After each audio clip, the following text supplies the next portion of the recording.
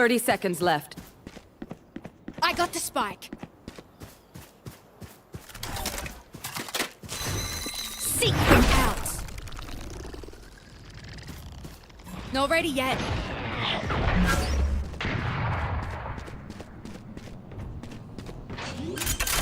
Ten seconds left. Spike planted.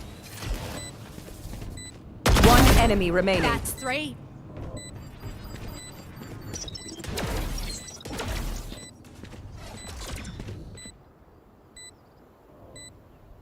Tamping.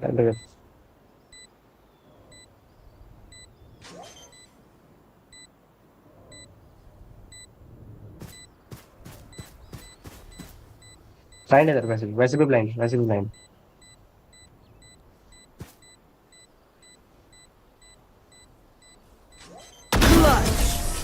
Rush. Don't even try me. Sky, you've been holding back. Rightio.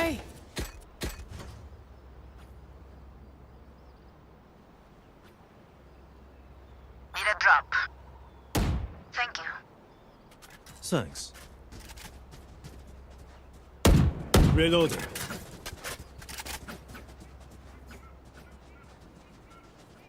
Hit them when they're not looking. I'll handle this. Here. Enemy spotted A. Here. Enemy spotted A. 3 लोग हैं निकलो Decoy.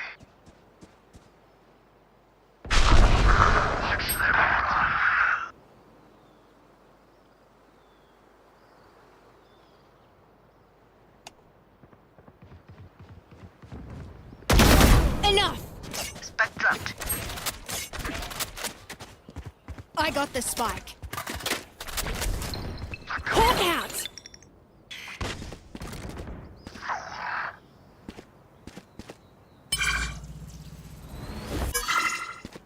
Your duty is not Hawk out.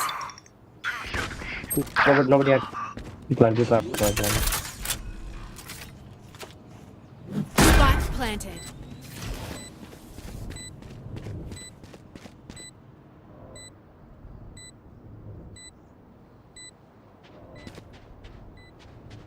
One enemy remaining. Miles ready. No drama. Their backs will be towards at least one of us. Reloading. I need this.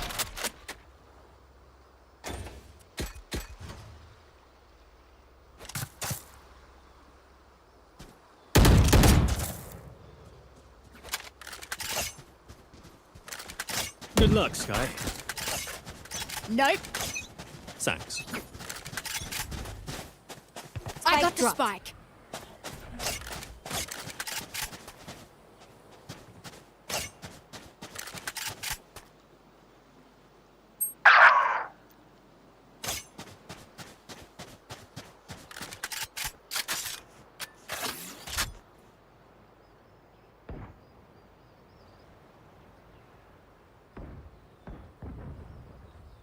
decoy.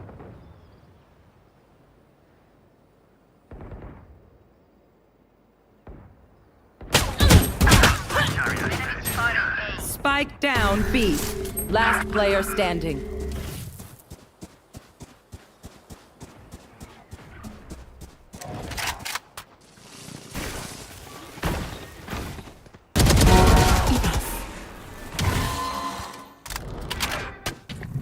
Cutting their vision.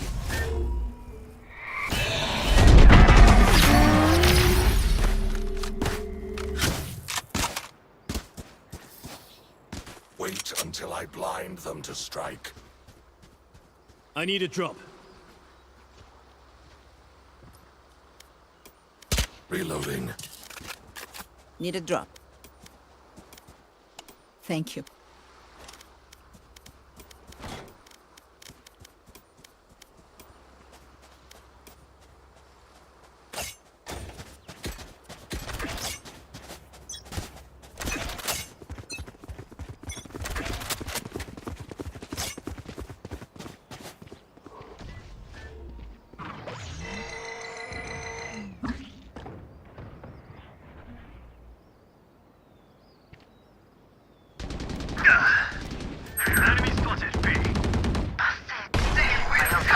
You the hunt begins. Powerless.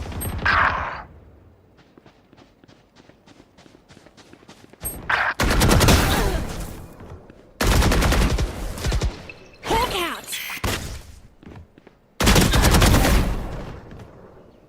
One enemy remaining. Hawk out!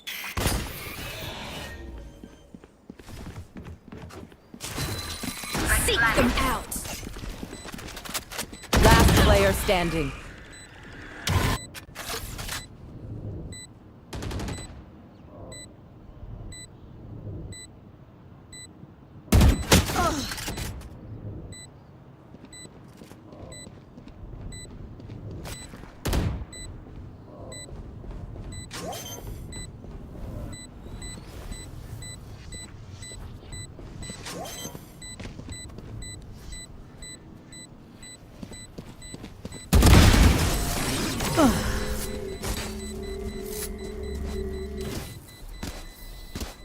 Never show weakness.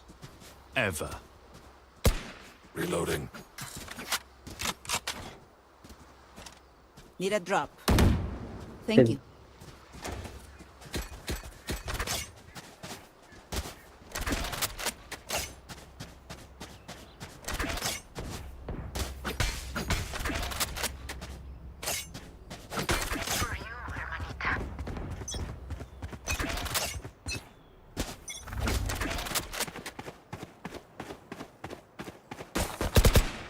Reloading.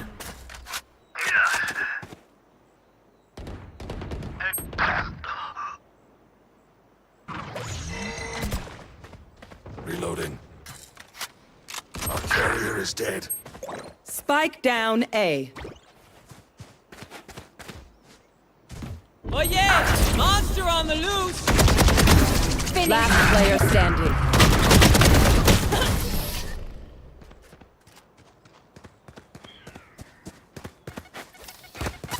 My burden never ends. Need a drop. I need a drop. Thank you.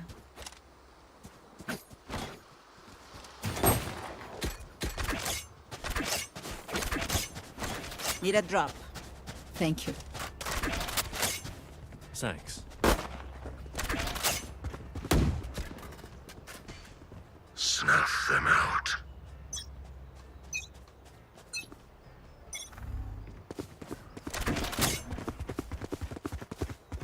Shadows traveling. Time to hunt!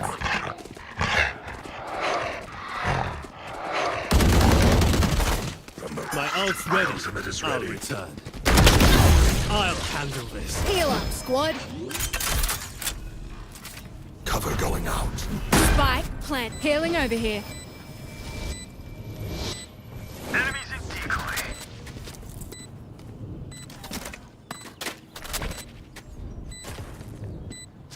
Enemy spotted mid.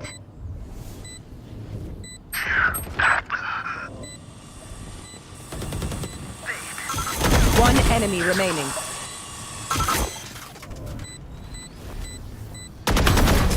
I think that's it.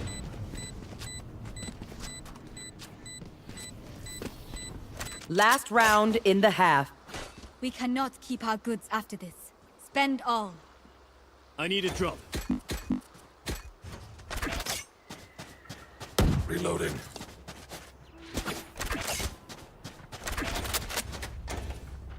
Thanks.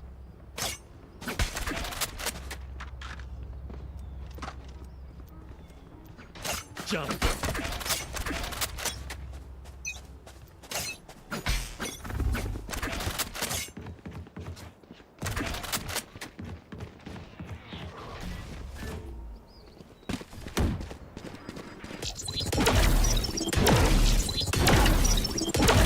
Fake turn.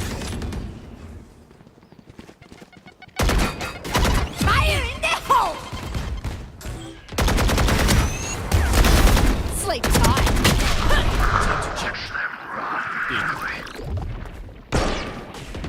Enemy spotted B. Spike planted.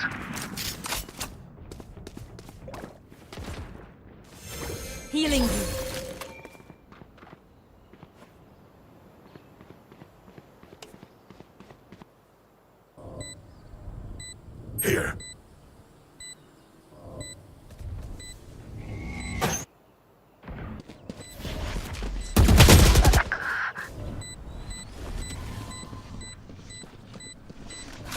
Can use that. Blinding. Last player standing. Enemy down.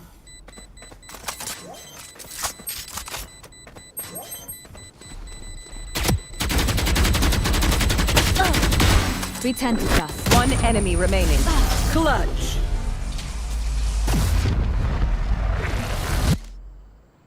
Switching sides. Prepare yourselves. We fight once again. Reloading.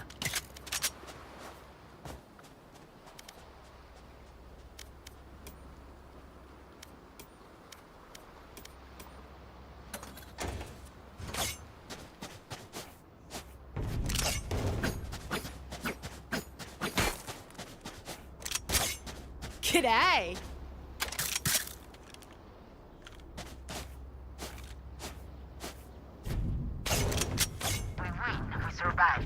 Nope.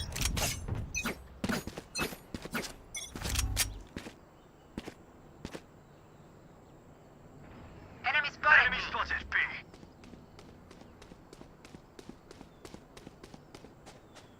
Too easy. Enemy spotted B.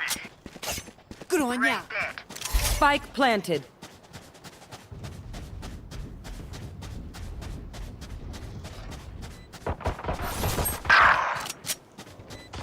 Here. Hawk out. Blinded. One enemy remaining. Headshot. Heal, mas. Healing over here for you. Defuse the spike. Defuse the spike. 60, 60, 60 Last 60 player 60 standing.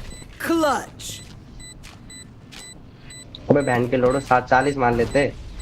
Move in after I strike. That's when they're weak.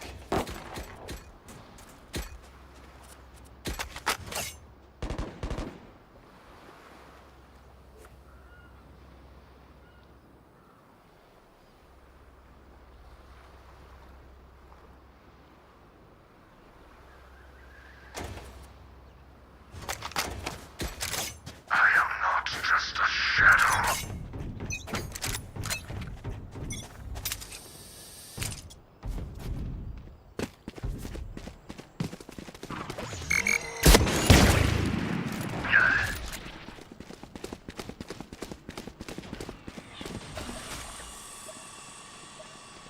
Here. Enemy spotted here. Spike down Spike A. Here. Enemy spotted B. Spike's here. Enemy spotted A. Enemy spotted A.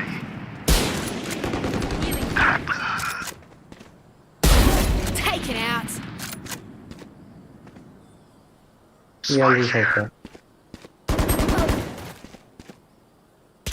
One enemy remaining. ठीक.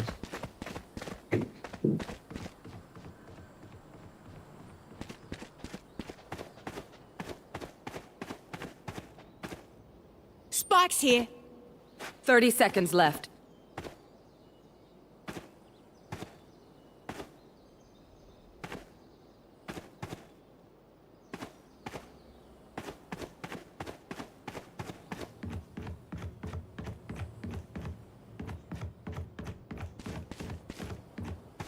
Ten seconds left. We're done here.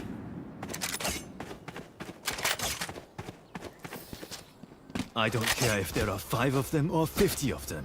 Let's go.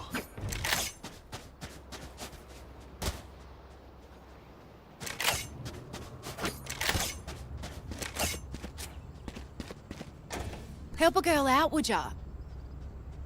Cheers, mate. Thanks. Time to Cheers, jump. mate. I have your back. Thanks. Nope. Yeah. Hur sen där? Good on ya.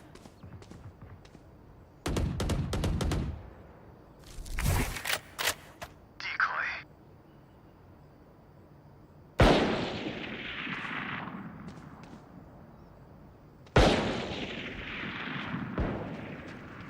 spotted B.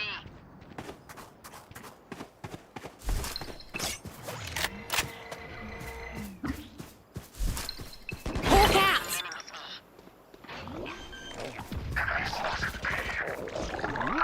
Spike planted.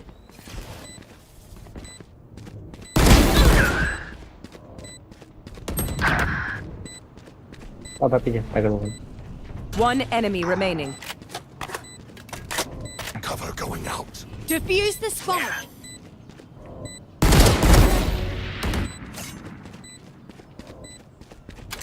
The spike is diffused. Don't stop fighting. You must keep going, even if you're the only one.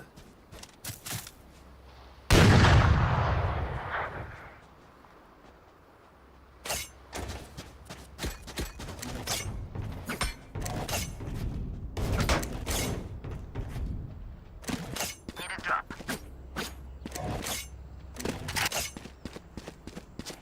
Norman, let's flank them.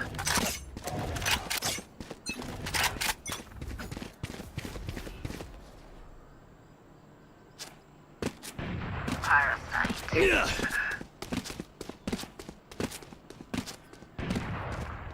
Enemy spotted B. Enemy spotted B. Anyone else? My ult's ready.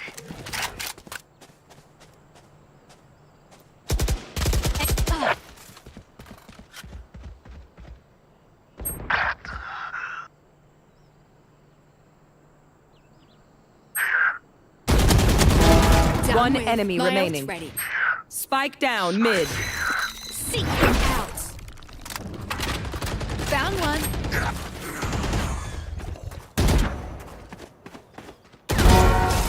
It's the last of it.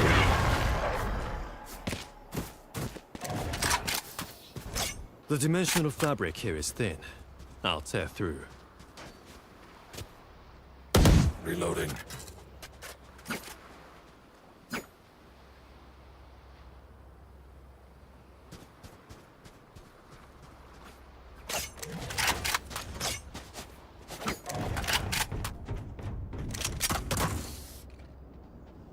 Help a girl out, would you? Thanks. G'day.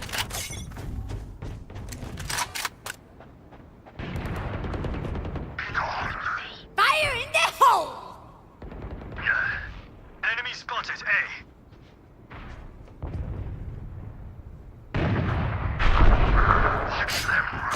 I'll handle this. Here. Many enemies. Spike planted. Enemy spotted A. Decoy. Hawk out! Blinded. Looking for me? I'm right here.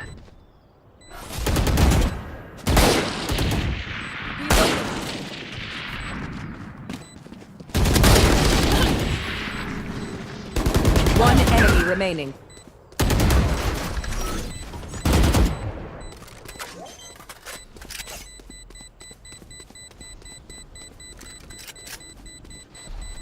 Good try, idiots.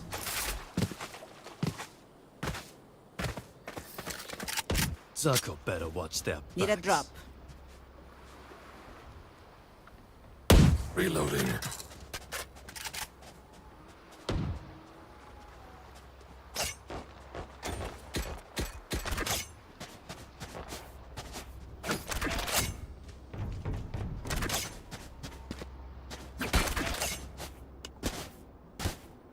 I will hold up the skies. Thank you.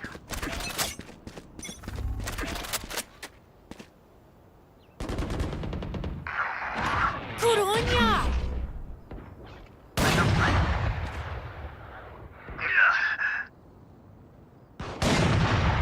Enemy spotted B. Cutting their vision. Many enemies mid.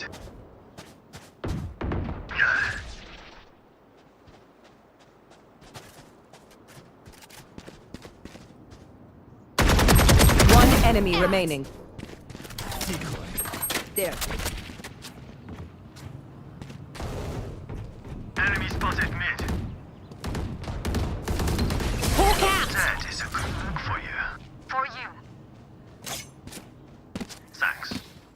If you must fall, then fall near me. I need this. I need this.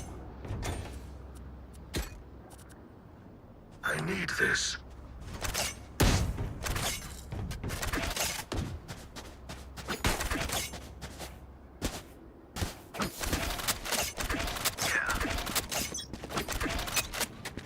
Rightio. Shadows traveling. Enemy spotted A. You are powerless. Many enemies A. Cheers, mate. Enemy spotted A. Oh yeah! Monster on the loose! Nope.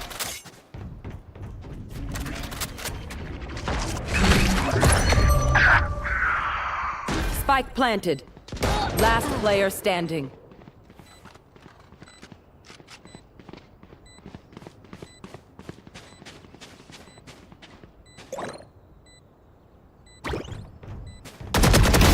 Ended. Hawk out. Blinded.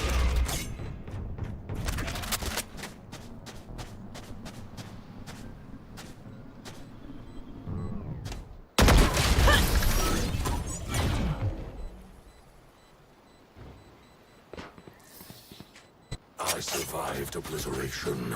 I will survive them.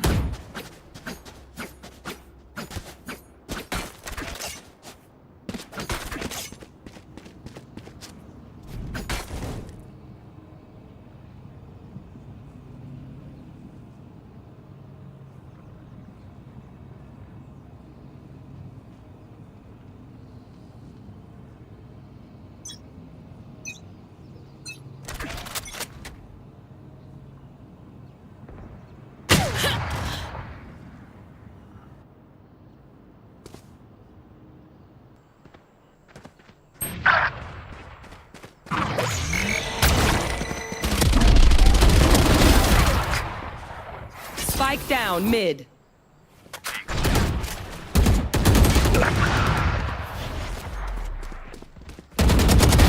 To dust. Not ready yet.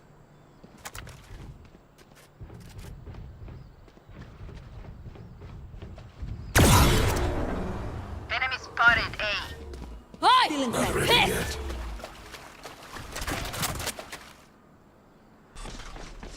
Stealing sight. One enemy remaining. Spike down A. Last player standing.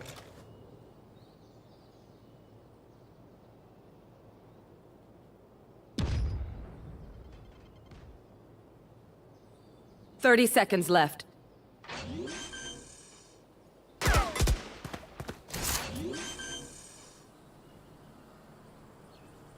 Spike planted.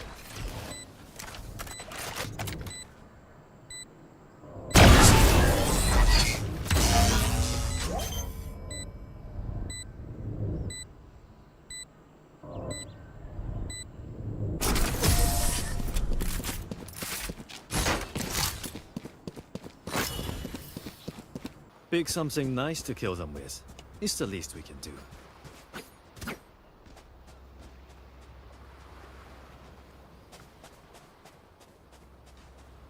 Help a girl out, would ya? Cheers, mate.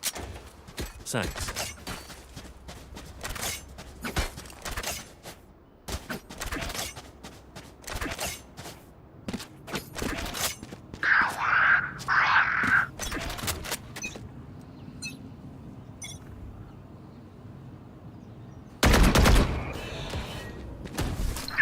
Hawk out. Blinded. Enemy spotted. Reloading.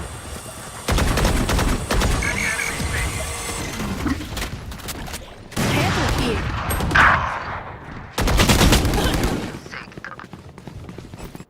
Fire in the hole.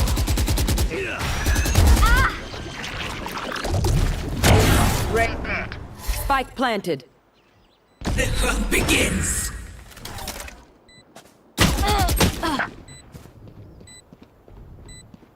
player standing.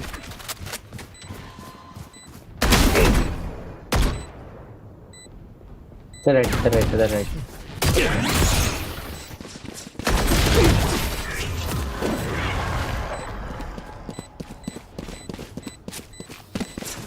I'll pick them apart. You clean up whatever's left. I need a drop.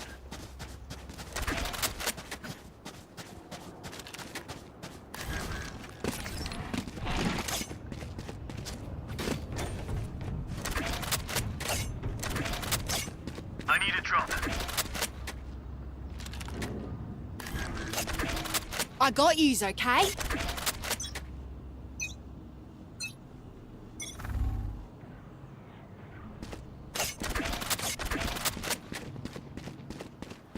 I'll handle this.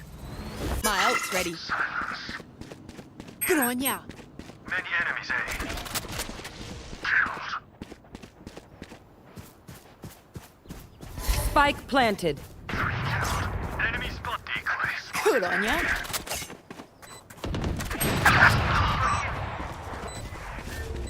Here. पीछे अबे पत्थर की जगह One enemy remaining. Long Seek them out. Found one.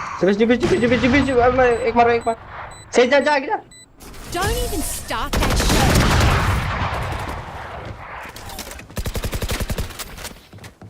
Match point. Usher them towards their eternal rest.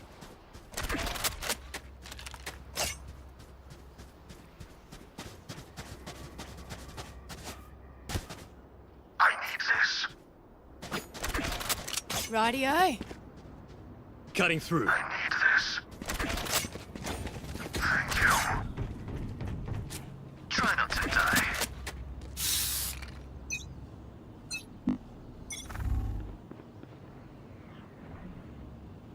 Careful here. Help. They will cover. Careful here. Here.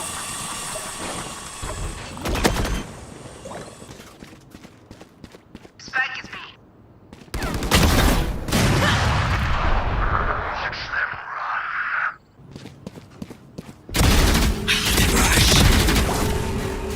Spike down B.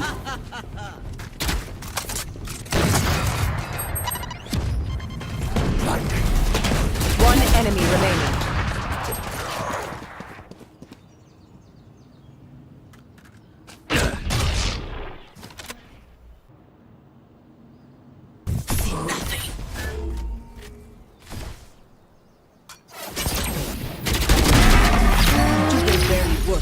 Defenders win. Call me when the world ends again.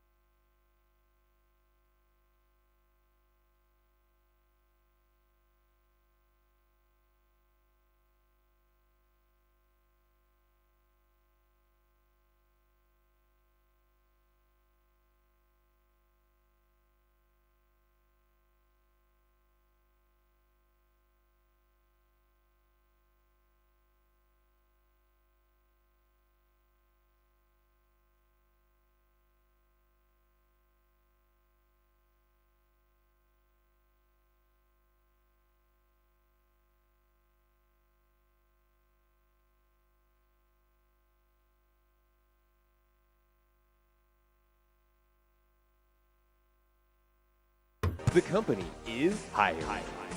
You'll have your very own ship, your very own crew. Your job? Collect worthless garbage to return to the company desk. It's easy. They're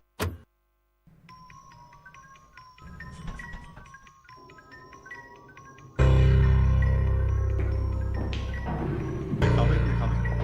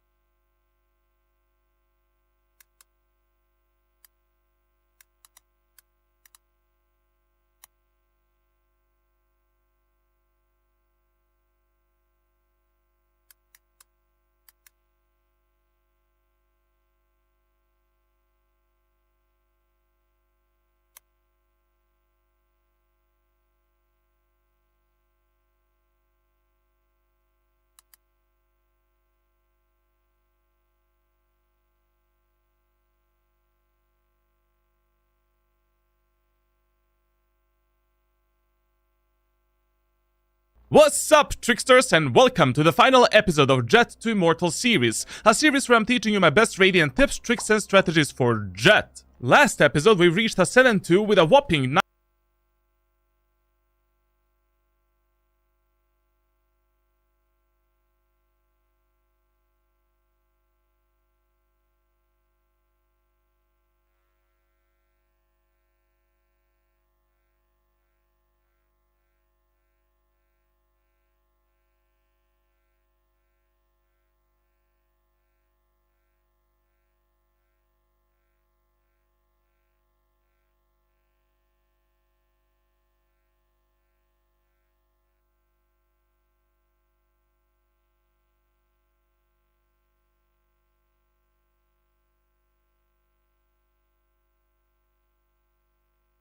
What's up, tricksters, and welcome to another episode of Omen to Immortal series, a series where I'm teaching you my best Radiant tips, tricks, and strategies for Omen.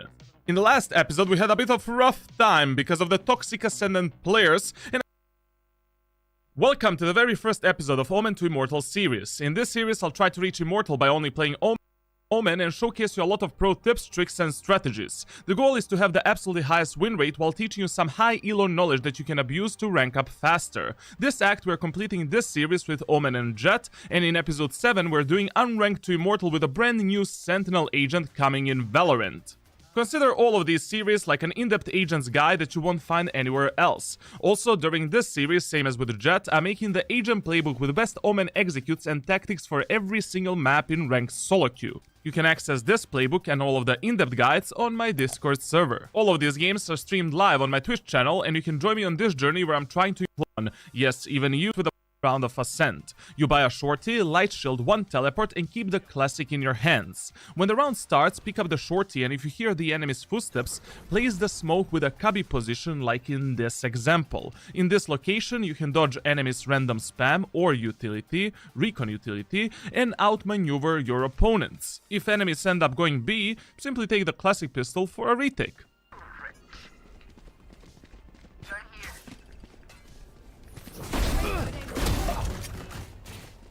Spike down A. Ta ta ta! Ta ta ta ta ta! Remaining. Ta ta ta ta ta! Enemy spotted. Now, why did I start on A site? Based on my personal rank solo queue coaching data, A site is much harder for the retake than B site of Ascent, especially in the first round. When playing Omen, always remember that precision of your utility is far more important than speed, because misplaced utility can cost you the whole round. Oh, my ass burns. Mid I had a phantom if you want to pick it up. Cover going out.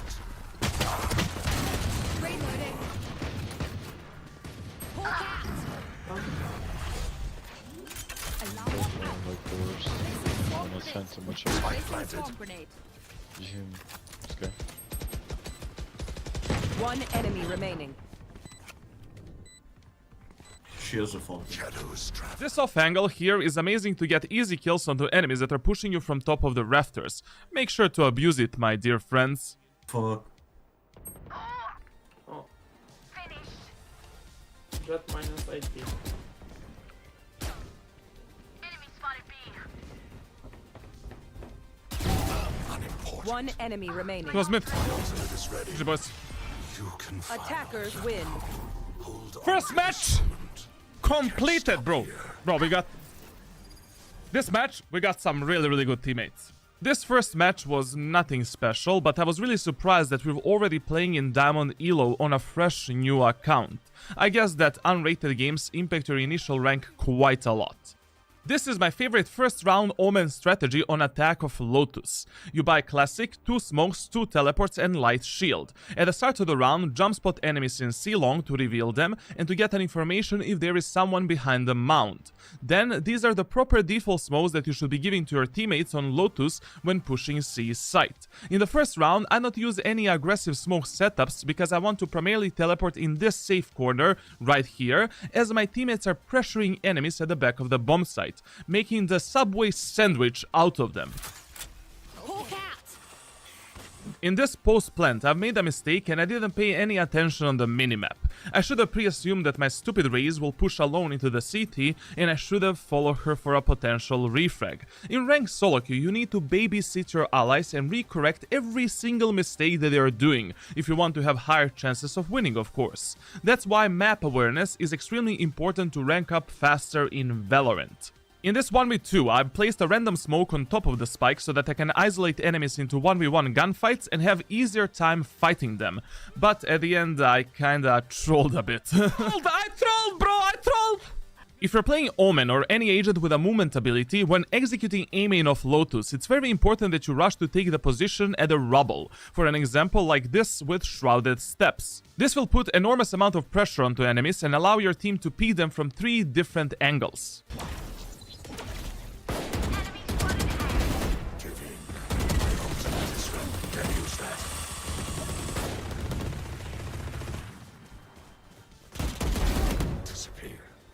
One enemy remaining. One more there. In lobbies below Immortal, you can abuse Judge to a very high efficiency because players simply don't know how to play against it. For an example here, when I'm pushing the site without any smokes or utility, enemies are coming closer to me and maximizing my chances to kill them. If they just played long-range gunfights, they would have won this round easily. One enemy remaining. No, man, like, this is what I'm telling you guys. Like, if you're in the lobbies below Immortal 1, you need to learn how to abuse the shotguns. Like, players have no idea how to counter this, you know, how to move, like that brimstone is coming in my face even though I had a Judge. Last player standing. Okay, MVP. Bro, I'm already playing against diamonds. Now, in the next game, my teammates were absolutely silent the whole match. Enemies were just trolling, and to be honest, I won this whole game purely by abusing good movement, positioning, default setups, and my mechanical skill. The main thing to learn here is that every game of Valorant you should play with intention to win, and your mentality, attitude, and communication will have a huge impact on your overall win rate. Never surrender, never troll, and keep on winning, baby! Now, these type of rounds are my specialty with Omen, because of my game knowledge and awareness. Also, this is why Omen is so powerful for solo queue grind in Valorant Ranked. Here, I was left alone in a 1v5 scenario, and I really need to rely on my Radiant brain to outplay enemies with utility and good positioning. I've noticed that I need only one orb or a kill to get my ultimate, and that's why I'm not focused on picking up the spike, but instead I'm trying to isolate single enemy in a 1v1 gunfight. Okay. Spike down A. After getting that kill, I've used my smoke to make enemies think that I'm pushing garage instead of the B site, but unfortunately one enemy already pushed behind me and spotted me from the window. Because of that, I've used this cross smoke to make enemies think that I'm going A, because spike is dropped on A long. But instead, what I'm really trying to do is isolating enemies into 1v1 gunfights and surprising them from the backside.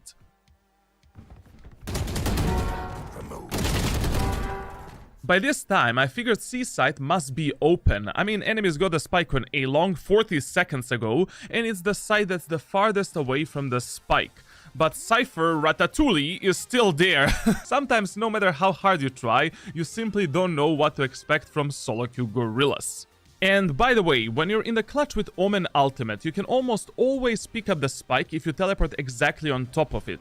And in those scenarios, your primary focus is lowering the numbers and taking some bomb site control before you actually pick up the spike and play post plant. But why is that better, charlatan? Because enemies might leave bomb sites completely open, they have the spike control, and some enemies are going to stay with a spike. And it's easier for you to isolate 1v1 gunfights and prepare yourself for the post plant. Now, in this round, the main callout was to do a slow execute on the A site. This smoke on long I'm using whenever my teammates are dying from enemies with operator or simply losing gunfights in this long area of Haven. It's completely fine to block enemies' vision there, cross this area of the map safely, and slowly take every inch of the map one by one. With Omen smokes, you're not only controlling what enemies are doing, but also protecting or navigating your teammates in a smart direction. Now, even if you have only one smoke for the A site execute, having only a tower smoke is completely fine.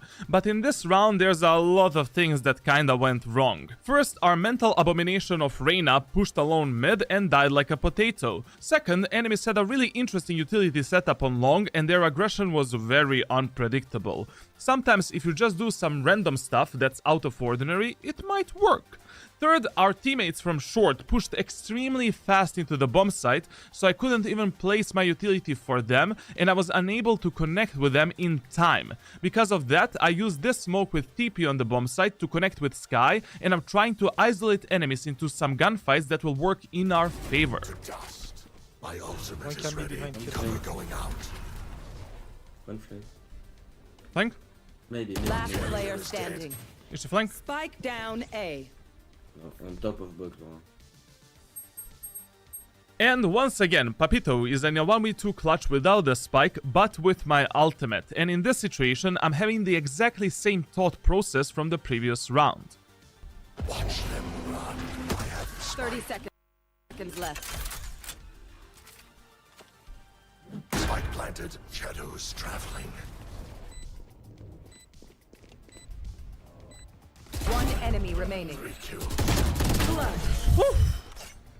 You forget your place. You need to be a bit more aggressive, like in these clutch scenarios, because if you're not aggressive and enemies connect with each other and they're playing the refresh potential, it's hard. Like this is why I prefer Omen over the Jet, like for grind up to Immortal 1. Like you can play these clutch scenarios in these, like, you know, 1 versus X, so fucking good. Throughout this whole match on Defender's side, enemy Cypher was playing alone and lurking 24/7, so I had an easy read on him that he's probably going to repeat the same play. Make sure to pay attention on enemy patterns or repetitive playstyle and always punish them, my friends.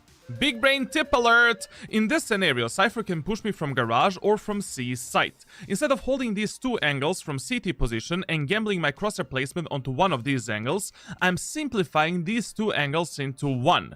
In this way, I'm 100% sure that I'm not going to lose the timing on this Cypher and that I have 100% perfect crosshair placement for both of these positions. One enemy remaining. Bro, yeah, I ain't doing that to me, man. Fighting in Valorant with proper movement, positioning and crosshair placement is 10 times more beneficial than relying on your raw aim and mechanical skill. After I got a contact with this enemy Omen, I'm trying to bait him into pushing me, because in CT of Haven you can hold this amazing but rarely used off angle to outplay enemies. To be honest, here I could have just avoided this gunfight and played with my teammates, but I don't know, I just feel that this soft angle is very, very unpredictable. Come on to me. Okay. Oh, okay. Shadows traveling. Cover going out. Raise long. One enemy remaining. Nice. Last player standing. Okay, play slow. We were 3 versus 2, no need to push. Let's see, what was this rank? I'm telling you guys, Ascendant Elo. Somehow we are in Ascendant lobbies from the 4th game. Look at this. Ascendant Diamond. The last match we played on Bind, and generally speaking, this is the best map for Omen in ranked solo queue. The amount of strategies, tactics and executes that you can perform on this map is ginormous. And if you're having below 60% win rate on Bind with Omen, either you're really unlucky or you have no idea how to play this agent properly. For an example, let me show you the best way to clear B-long and get a lot of entry kills. You stand by the barrier right here, equip your TP and aim just underneath this line on the billboard. Use your teleport as soon as the barrier drops down and pre-aim enemies at the head level. They never expect this play and you're always peaking faster than enemies. On top of the wall. Enemy spotted here. Cover going out. Cover going out.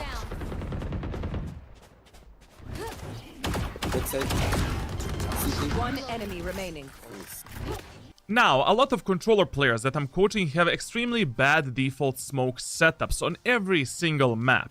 So let me showcase you how to properly execute B-set of Bind with Omen smokes and teach you some of the smoke techniques. With Omen you need to think about two very important things, and those are prioritization and order of your smokes. On every bomb site, we have one smoke that is extremely important for the push of our whole team, and on B's site, that is obviously the CT smoke. So if you have only one smoke available, you want to almost always do it in the CT area. But make sure to use this one way instead of a regular smoke, because this one is 10 times better for multiple different reasons.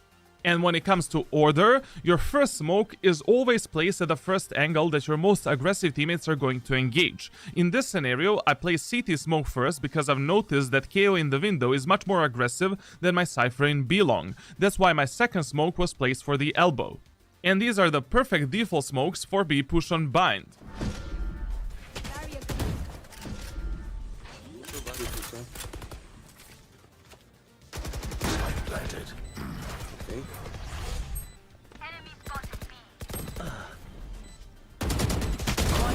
Remaining. Oh, let's go. Here we knew that Sage was elbow, and instead of taking a 50-50 1v1 gunfight, I've used smoke on this angle to force her push and wait inside that smoke with a shorty for an easy kill. I told my Sage not to shoot because enemy Sage can shoot back and kill me by accident, and always look for high percentage gunfights instead of relying on your raw aim, because taking these kills with shorty is 10 times easier than with a Vandal. Of course, I could have played on refrag potential with my Sage, but I just wanted to showcase my stream that shorty is still a very powerful secondary weapon. Now, this is my first round classic shorty strategy on defender side of bind that you can also abuse in eco or half by rounds. This is the identical strategy as the one that I've showcased on Ascent at the start of this video. We're using the smoke with a small cubby position where you can play inside of the smoke and dodge enemies' random spam or recon utility, and demolishing enemies with close range weapons. Make sure to use this smoke when you hear footsteps or you anticipate the enemy's push based on your feeling for timings. Now, this round is very complex and I'm just gonna let you enjoy my gameplay, but pay a close attention on my movement, positioning and crosshair placement. Suppressing. Blinding. Shadows traveling. Die. Cover going out. In my future videos during this series, I'm going to teach you some of the radiant angle holding and movement techniques that are going to help you with taking smarter and easier gunfights. So if you enjoyed this series, make sure to subscribe, leave a like, and down in the comments ask me any questions about Omen or some of the plays that you've seen during this video. Also, make sure to follow me on Twitch for some livestream shenanigans and join my Discord server if you want to get coached by Papito Charlatano. Someone is B. 30 seconds left.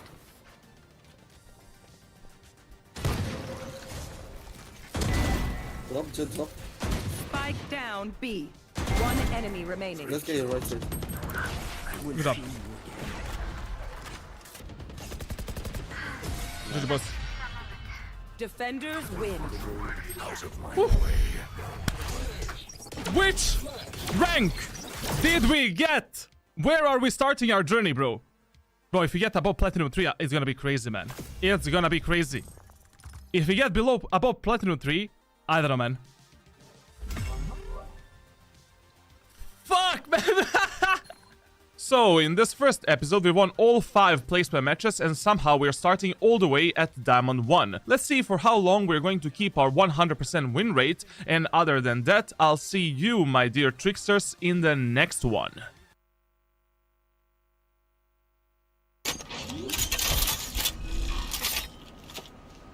Spike planted. Welcome to the very first episode of Omen 2 Immortals. What's up, tricksters, and welcome to another episode of Omen 2 Immortals series, a series where I'm teaching you my best Radiant tips, tricks, and strategies for coaching.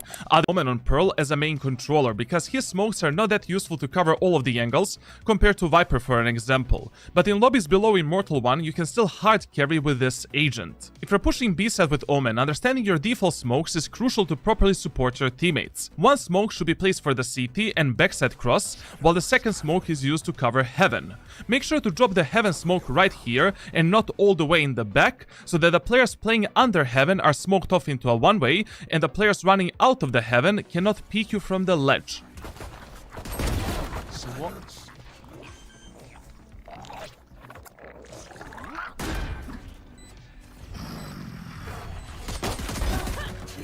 Fuck. One enemy remaining. Charlatan, pretend that your cheats are not on.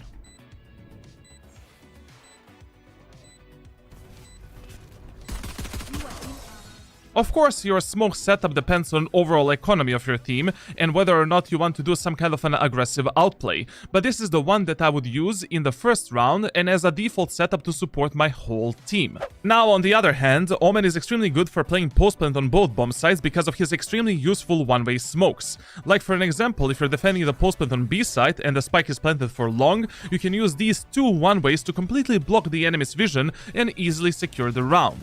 Also, in the post plants, it's very important to stay calm. Never do the backseat coaching and never give fake information to your teammates that are alive. If you're not 100% certain about some info, don't open your microphone. And remember that dead players don't speak. It's totally fine to ping the spike for your allies, but in this round, our fate said that the spike is half defused, which made both me and Sage panic a bit, and we peeked without any reason like a boosted gorillas. Instead of peeking like a bonobo with W key, I should have just jump spotted the spike to get this information and then peek together with my Sage. The perfect moment for you to outplay enemies and do some aggressive Omen play is during the chaos and loud gunfights, because at that moment of time it's very hard to tell where you're teleporting and enemies won't be able to keep up with everything that is happening on the map. Spike down A. Reloading. One enemy remaining. Remember that enemies primarily hear the location from which you are using the TP, but the audio of the second part of your teleport is extremely low, and it's very hard to tell where you're actually teleported to. Omen shares very similar playstyle as Jett, and their executes and positioning on both attackers and defender side are almost identical. The only difference is that with Omen you need to think 2 steps ahead and you really need to rely on your map awareness and game knowledge to make the smart game decisions. It's like playing a game of chess. For an example, on defender side, same as with Jett, you also want to abuse as many off angles as possible to surprise enemies, like for an example this elevated position on B set of Pearl. Big brain tip alert! In order to become truly unpredictable, you need to understand that one strategy or position you can usually abuse in multiple different ways. Like for an example, in this elevated spot we have 3 tactics to take easy kills and surprise enemies. For the first time, you can maybe hold this narrow off angle and try to kill the enemies that are pushing to B long. Then in the next round, you can completely hide from that angle while only holding the push from the right side. And since enemies cannot see you from B long, it's highly unlikely that they will have a good crosshair placement for you. And when you take a kill, you can simply drop down or teleport from this spot and reposition somewhere else. Then in the round after that, you can hide from enemies that are pushing through B long and peek them aggressively from this position once you think that you have a good timing. Becoming the master of unpredictability is crucial for you to take easy kills and make numbers advantage for your team. Now, coming back into this round, I've noticed that our B-link is wide open for the last 20 seconds. So I pre-assume that enemies are already there and I cannot stay fully exposed on this position. That's why I dropped down, went behind the site, and I'm using my utility to isolate enemies into easy 1 versus 1 gunfights. Somebody's there. Disappear. B-link. The scar stealing sight. Spike planted. Right there. One enemy remaining. She's long. Wait. Cover going out. Him.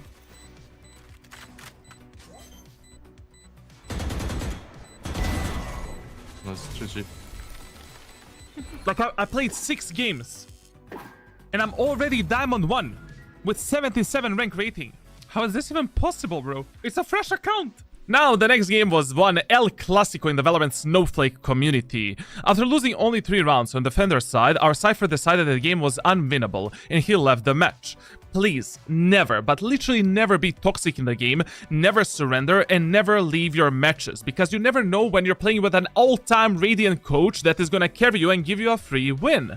Sometimes you simply won't improve and rank up only because of your poor mentality, attitude, and communication. Those skills are as equally important for you as any other skill in this game. Now, my friends, you're losing a lot of rounds that you've already won just because of your ego and over-peaking. In this example, I take 2 kills with Shorty and we have a 4v3 numbers advantage while knowing the exact enemy locations.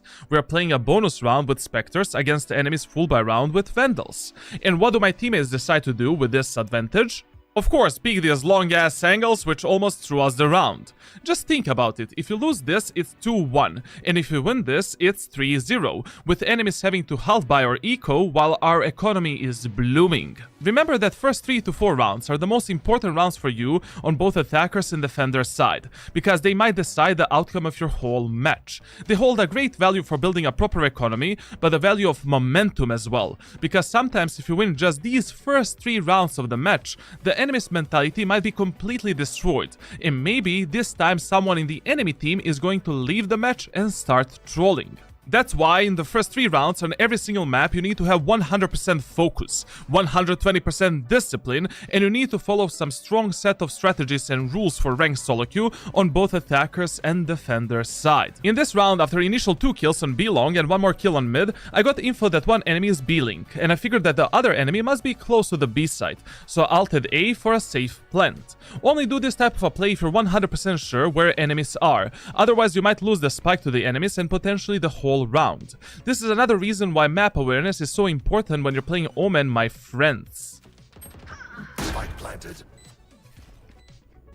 Bring them down. No charges. I knew your every move. Attackers win. Out of my way. Now, in the next game, the big man Hiko raided us on stream and gave us a free win. Sometimes all you need to win matches and improve is a mental support from your community. And that's why, if you enjoyed this series, make sure to subscribe, leave a like, and follow me on Twitch for some daily live streams and solo queue shenanigans, baby. Healer down. Shadows traveling. Gun here. One enemy remaining. Bro, I got scared by 2 guys. Why do you smoke there? It's more about playing with the enemy's mentality, you know. When they clear this, they're gonna be a bit more unaware of these type of positions. And also, one thing that I was avoiding in this round is playing inside of my smoke. Like, I don't want enemies to actually expect me inside of my smokes, you know. I want them to think that this is my default smoke, but now when I do this strategy, chances are higher that enemies won't expect me playing in that smoke. Cover going out. B long one. Just 2. No more. Cover going out. Blinding. Standing ahead. Reloading.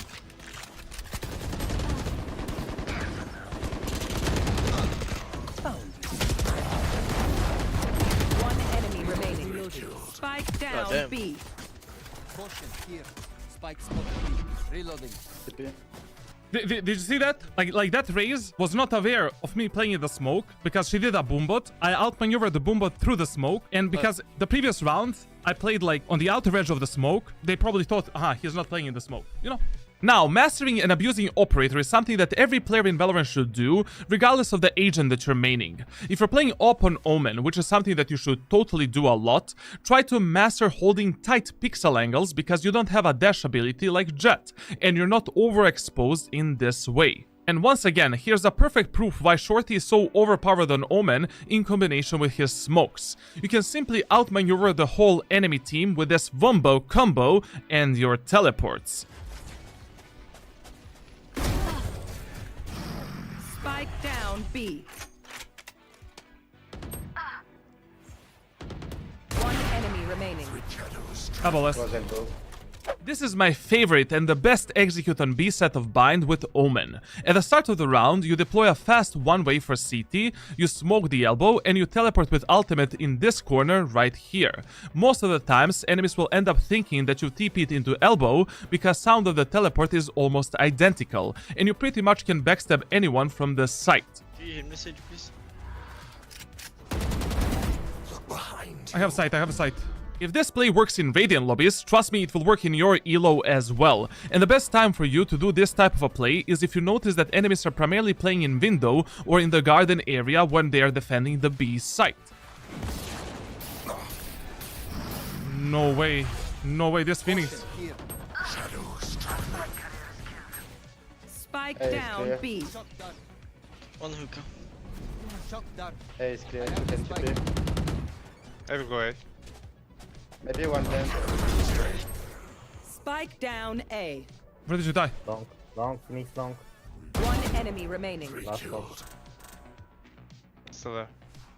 Here I wanted to use fake TP into teleporter to reveal Phoenix's position on the other side, but I've completely done goof. Wait. I'm gonna fake TP.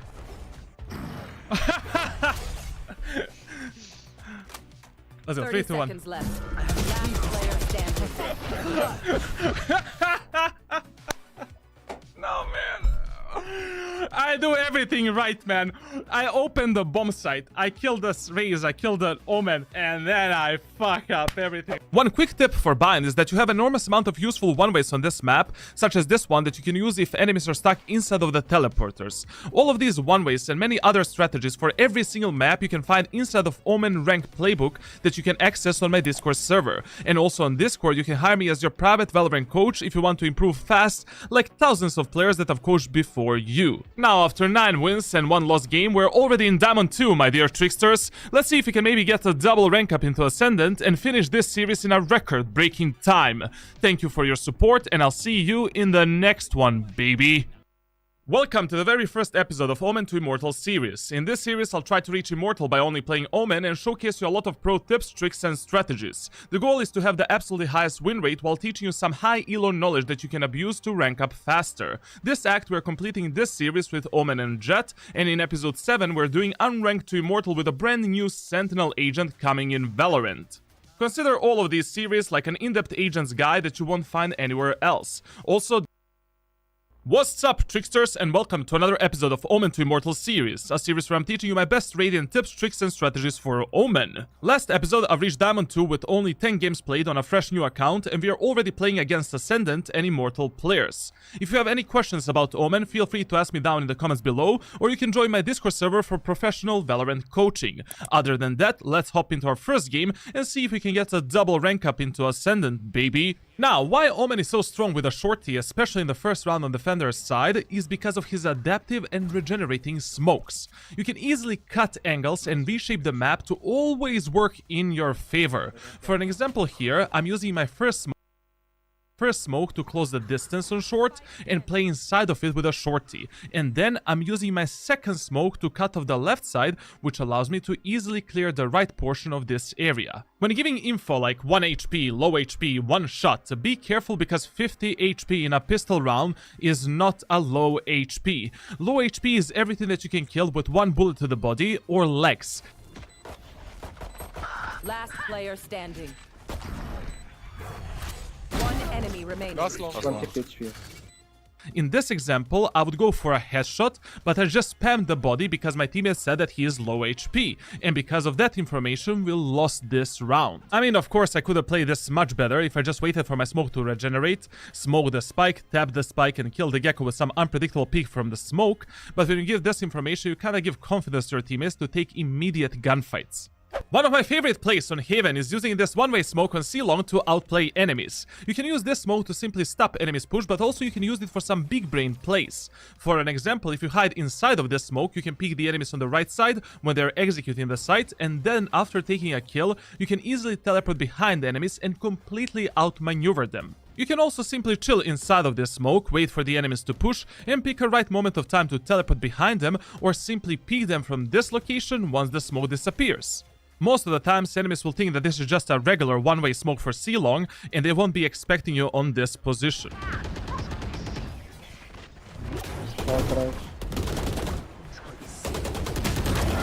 Reyna, up to us.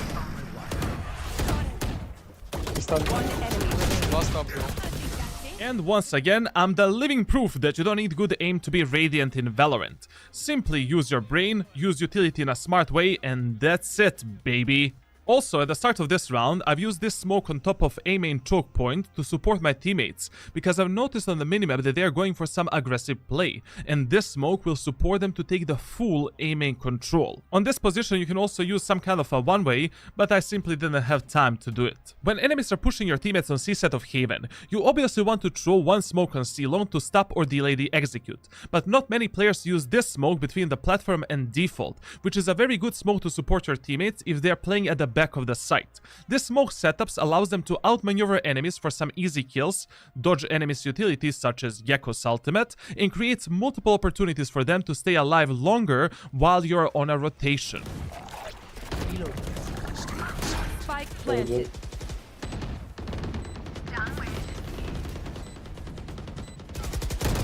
One enemy remaining. Beautiful, beautiful, beautiful. Good job, guys. Look at the chat, guys. This right here is once again my first round attacker strategy on Lotus with Omen, which I've already explained in the previous episode of this series, so make sure to watch every single video from beginning to the end if you don't want to miss some important information for your solo queue grind, my dear tricksters. Maybe 3 behind. Maybe 3 behind. One in smoke, one in smoke. One link, one link. Reloading. One behind, one behind. One could be CT. Behind, close. One more behind. Two behind! Enemy remaining. All behind. In these bonus rounds on attacker's side, when you have close range weapons, your primary focus is searching for an opportunity to close the gap with enemies and outplay them with your utility. Here I use this tri-lane smoke in order to surprise enemies with some run and gun Spectre swing, but as soon as the Omen from the backside killed my teammate, a brand new opportunity appeared. I instantly flash him and teleport into this safety location of Seaside, knowing that he cannot hear me because of the flash and rest of the enemies won't notice me in this position. After that kill, you can notice I don't immediately go for his Vandal, because I heard one more enemy on the site and I was preparing to engage him while keeping my location a secret. After killing Cypher, my plan was clear. I want to go on the opposite bomb site, pick up the spike with my ult and prepare for 1v3 post-plant. My plan here was to play inside of my smoke in A-main and to potentially surprise the enemies that are rotating through CT, but before that, Jett kinda gave me a free 1v1 kill. Here I was hoping that I can isolate the rest of the duels and catch the rotating players off guard, but unfortunately Reyna and Breach played as they should, together on a refrag potential, and they didn't give me any space to clutch this round. Enemies boosted Bonobo Jett can definitely learn something from her teammates. This is one of my standard executes on B set of Lotus, where if you're playing Omen, you want to smoke 2 choke points for your team and use your paranoia for the 3rd angle, and then teleport in the middle of bomb site where you can surprise enemies and support your teammates regardless of which fight they're going to pick with enemies. After this execute, I was left guardless, and then teleport 2 choke points for your team and use your paranoia for the 3rd angle, and then teleport in the middle of bomb site where you can surprise enemies and support your teammates regardless of which fight they're going to pick with enemies. After this execute, I was left in a 1v1 situation against enemy Omen. I took a gamble and went C, but soon I realized that I've made a mistake, because enemy Omen was hyper-focused on C side this whole match on defender's side. During your gameplay in Valorant, you really need to pay a close attention on enemies' mentality and usual patterns that they like to abuse. That was so fucking bad. Now he can gamble, he can play here as well. Here I wanted to make him think that I'm gonna be playing inside of this smoke, and lucky for me, he got jabaited and I won this round with some good crosser placement. I knew he's gonna be on C because he can easily gamble that I'm gonna go on C, and if I plant the spike on A, he can teleport on A and, you know, like, just do that. One enemy remaining. City. Blocking sight. She's gonna push in 3, 2, 1. Blocking sight. Yeah. That is the charlatan play, man. Loved it, bro. Loved it. That's exactly how I would have played that scenario, man. Loved it, man. Loved it. Now, the next match on Ascent, I was heavily underperforming, and in these games, when you're not feeling your place or aim, you should only focus on properly supporting the rest of your teammates with good utility usage. Even a Radiant coach needs to be carried sometimes, and thank you for the win, boys. In this round, pay attention on my movement and how I'm repositioning myself to keep my location a secret. I started the round by holding a pixel angle in hookah, but after hearing a lot of enemies on long, I instantly smoke it off and fall back into the site to support my Cypher. After Sky's dog broke the tripwire, it was obvious that enemies are going to push there, so I flashed in order to delay their push and buy us some time for the rest of our team to rotate. But also I've got a Phoenix Salt, which made this flash worth it. After that I heard Raze is getting out of the window, and I'm peeking her instead of waiting for her to peek me, because that is the best way to counter peeker's advantage. Then I change my position inside of the tube and hold a close angle with a shorty, expecting enemies to push, because it's super easy to get these kills with a shorty. And finally, I change my position once again, because I know that Sky isn't gonna expect me to peek her from this location.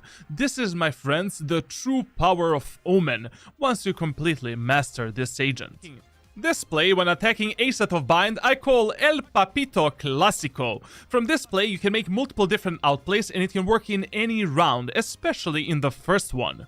For the first round, you buy Classic, Light, 2 teleports and 2 smokes. You place 1 smoke in the middle of bomb site and 1 smoke on top of the truck, to completely cover all of the angles from which your teammates can die while they're pushing from short. Then you're using your shrouded steps on top of the truck, while in the same time you're jumping into the teleporter. This part is extremely important because of 2 reasons. Number 1, you're masking the sound of your shrouded steps and enemies won't realize that you're on top of the truck.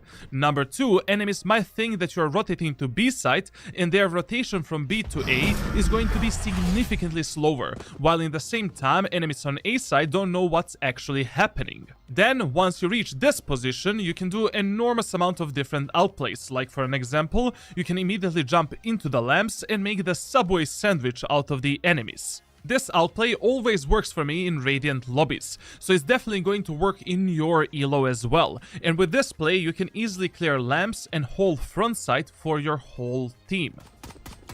Reloading. One enemy remaining. Experiment complete. Careful. This strategy never fails in the first round, man. Never. Like this is the most satisfying thing to do with Omen, man. The most satisfying thing. One quick tip: if you're playing Omen with Jett in the same team, always try to use her smokes and aggressive executes to surprise enemies, and to fight them together from the same smoke. With this combo, you can use your default smokes to support the rest of your team, while in the same time you're maximizing the potential of both Omen and Jett utility. Getting 0 kill, man, what the fuck? We can rotate. Now, in this round, I didn't rotate together with my team because of 2 reasons. Number 1, I need 1 orb or a kill to get my ultimate, so I can pick up the spike even if my teammates lose it. Number 2, solo queue players are really bad when it comes to keeping the track of numbers, and their overall game awareness is extremely low. So usually when I take lamps control and my teammates are rotating to B site, I love to perform this flank from the lamps into the CT to take full A site control or to completely backstab the enemies. In this example, I've got full information that all of the enemies rotated to B site, and I gave my Raze this smoke to pick up the spike and rotate back to A. Run A, run A. They have to push behind you, yeah. Raze. Nobody's A. Plant for city. 10 seconds left. I kill all of them, they all low, yeah? Omen got smoke. Care short. 1 shot. Last player standing. Now, why did I use this smoke on the bomb site? Simply to make the enemies think that I'm playing around it or maybe in the CT, which gave me a free kill on Viper and allowed me to easily outmaneuver Sky with a judge in a close-range gunfight.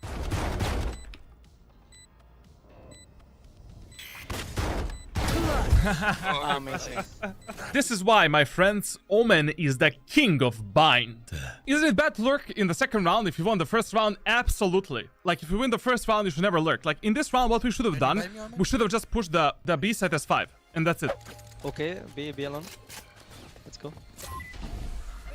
Blinding. Go, go, go. Cover going out. Reloading. Enemy in defense. They're behind you guys. 2 on side. Planted. What are you doing? One more side. Last player standing.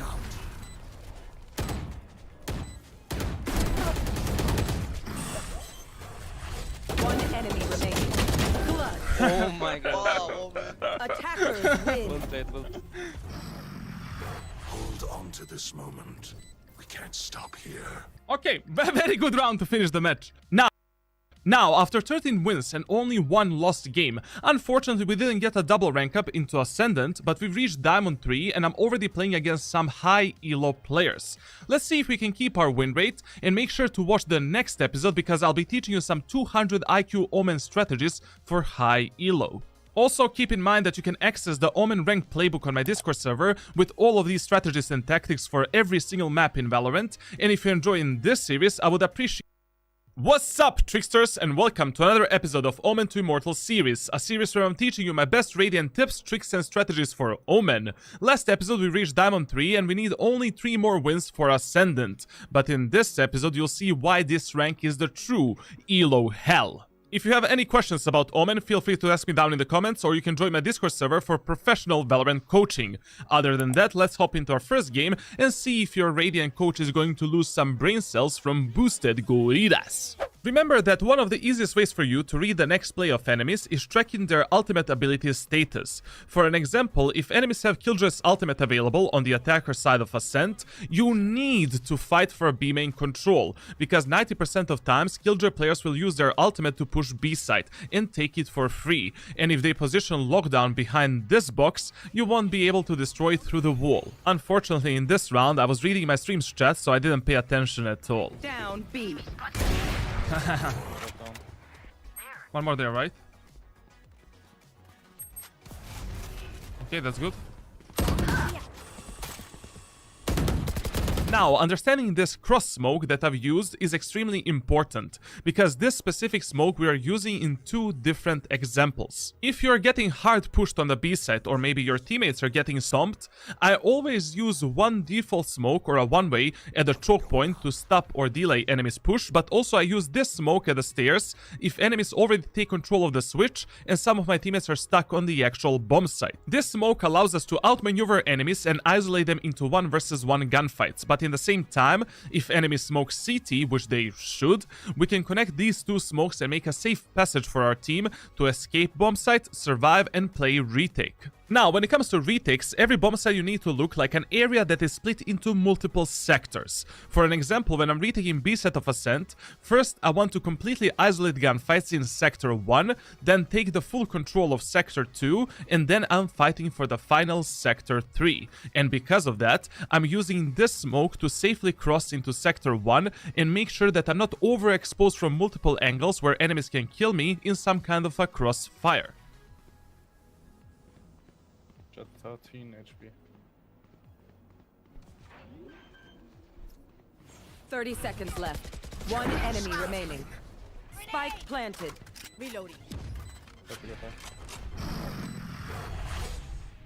Satchel out. Omen, he wants to play with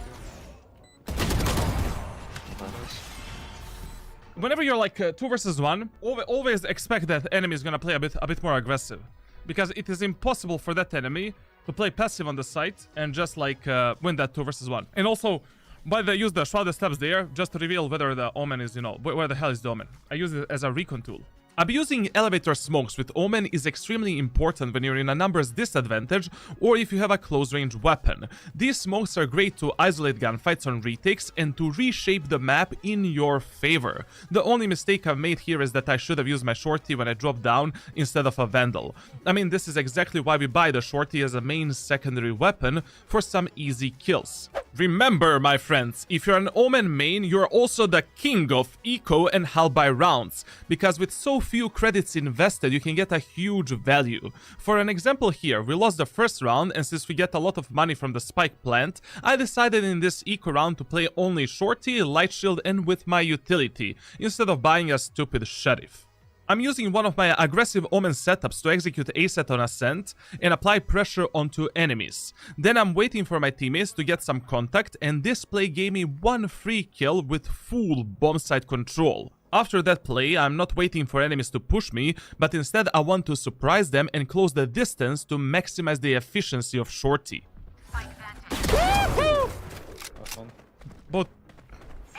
One enemy remaining. In these eco rounds in ranked solo queue, you don't need to play together as a team. The whole point is to surprise enemies with some weird setup or strategy and damage enemies' economy. But if you win them, that's a great bonus. In this example, I cannot wait for the Chaos utility to go down, since he can just stick the bomb or half defuse it, and the best play was just to push through the molly and surprise him with some aggressive peek.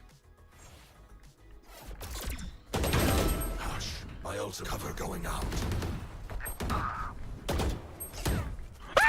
Drop the spike, Raze. I dropped the spike. 30 seconds left. I have the spike. Last. Here I was left in a 1 vs 2 post plant, and in those scenarios you always want to play a bit more aggressive, to isolate gunfights and surprise enemies. You can't really stay on the bomb site like a passive potato and wait for enemies to stomp you. Elevator, smokes, and shorty, baby! Remember to abuse them, my friends.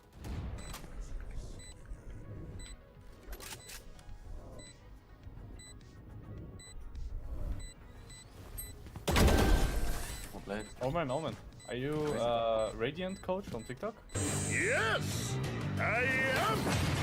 Yes, I am the Radiant coach on TikTok, but also, my friends, if you enjoyed this series, make sure to subscribe on my YouTube channel, leave a like, and follow me on Twitch for some daily live streams and solo queue shenanigans. Take flight. My way.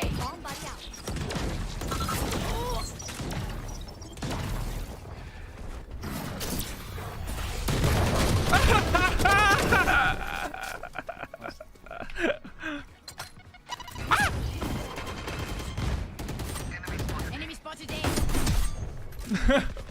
One enemy remaining. Shadows travel. Here comes the party. Area.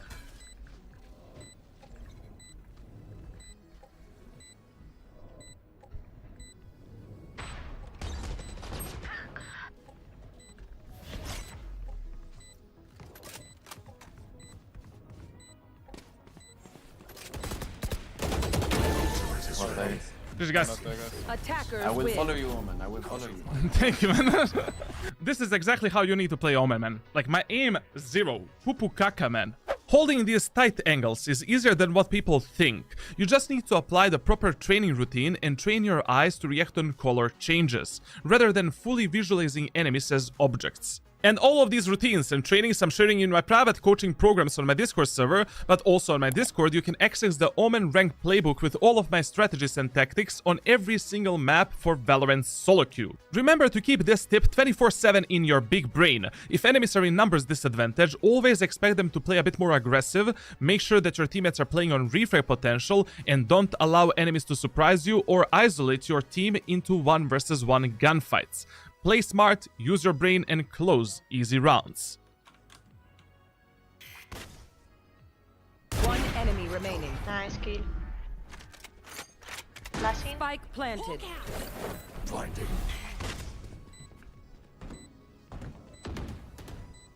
Side. Nice. Now, this specific teleport peek on B-Long I've already explained in the previous episodes of this series, so make sure to watch every video from beginning to the end if you don't want to miss some important information for your solo queue grind, my dear tricksters.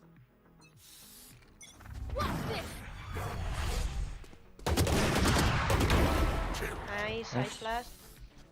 Hawk out. They wall showers. I dog. Time to hunt. Cover going out. Killjoy here. Jet, no charges. Battle out. No one backside. Yes, please. Yes. Spike down B. One enemy remaining. It is ready. Nice, Omen. Well played. Fuck you, yet, man. Whenever you have a bad day when it comes to your aim, coffee gives you 20% more aimbot. But even with coffee, aimbot, and big brain, some games are simply out of your control. Remember, my friends, that you cannot win every single game. You just need to make sure that your green carpet is bigger than your red carpet, and that you are fully focused and mentally ready to play the next match. And I was definitely not ready to play the next game after this. This is a really good angle to abuse if you get an opportunity in the post plant. A lot of players are unfamiliar with the crosshair placement for this position and they won't expect you. One enemy remaining.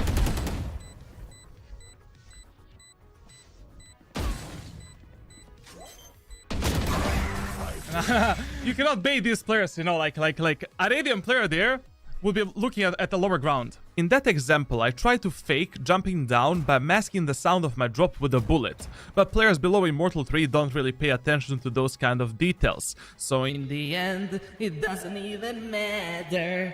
Here's a big tip for y'all. If there's mental abominations, maniacs, and unstable gorillas in your team that simply don't wanna win, mute them and never unmute them ever again. They will never give info, they will just rage or flame or troll or distract you. Play the game, try your best, and try to protect your mental health for the next match. Because with these type of players, games are already lost before they even start.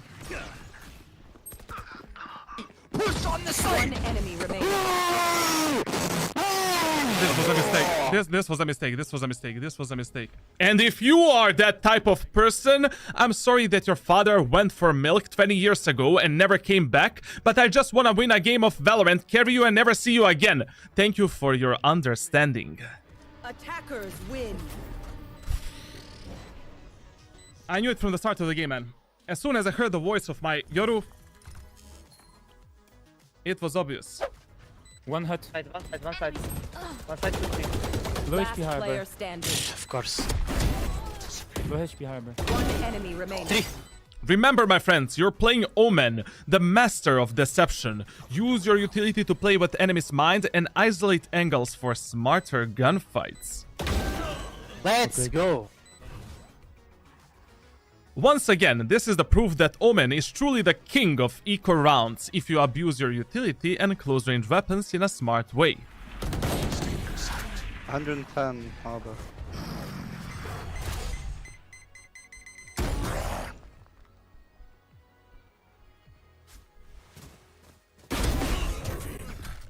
Last player standing. Spike down A.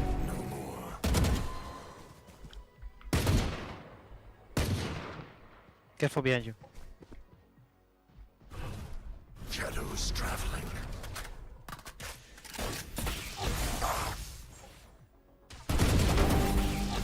Thirty seconds left. Shadows traveling.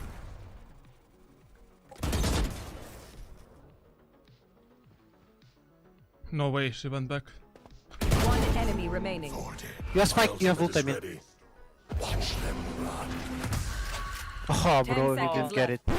Yes, this is Charlatan. Solo queue Valorant coach since closed beta. All-time Radiant that reached the highest rank 20 times dominating ranked games. He also got top 74 in EU. He has over 5,000 hours on Omen, arguably one of the best Omen players in ranked solo queue. Yes, he just got 4 kills in a round where he purchased only a shorty and light shield on attack. He went from 1 vs 5 to 1 vs 1, isolating gunfights in an extremely smart way. He was also farming his ultimate just for this specific outplay to pick up the spike. And yes, his mouse slipped from his hands, he missed the spike, and now he doesn't have time to pick it up. Good job, you monkey.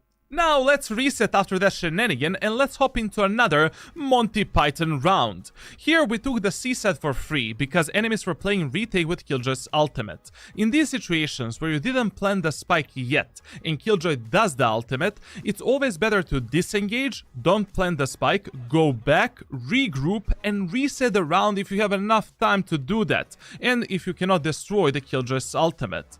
But in this scenario, my teammates stick the plant, enemies take enormous amount of space after the Killjoy's ultimate, and we only won this round because enemies played it horribly wrong.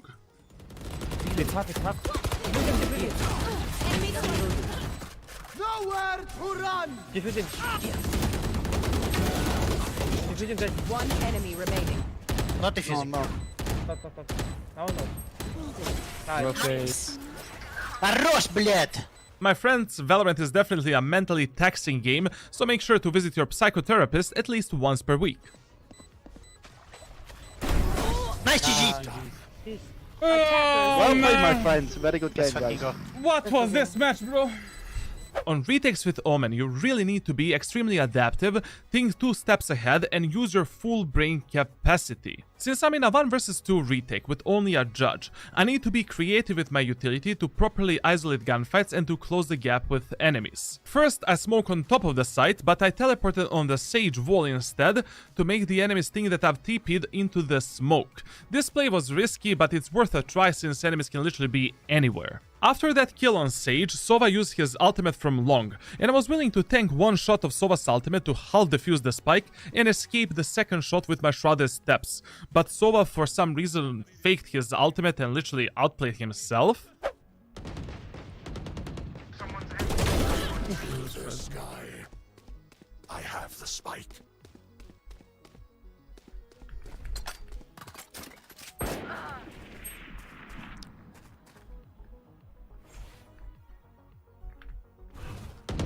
After pushing A site and taking heavy casualties, I got my ultimate from killing the Sage, and I immediately TP onto the C site. When you're playing Omen, always keep the track of how many ult points you need for the ultimate, because this ability is amazing for clutch scenarios and outplays. Now, after I planted the spike, I pushed mid because I'm in a numbers disadvantage and I cannot give enemies any space to play on refrag potential, and I'm trying to catch some enemies off guard if they are maybe retaking the site through the window or T-spawn.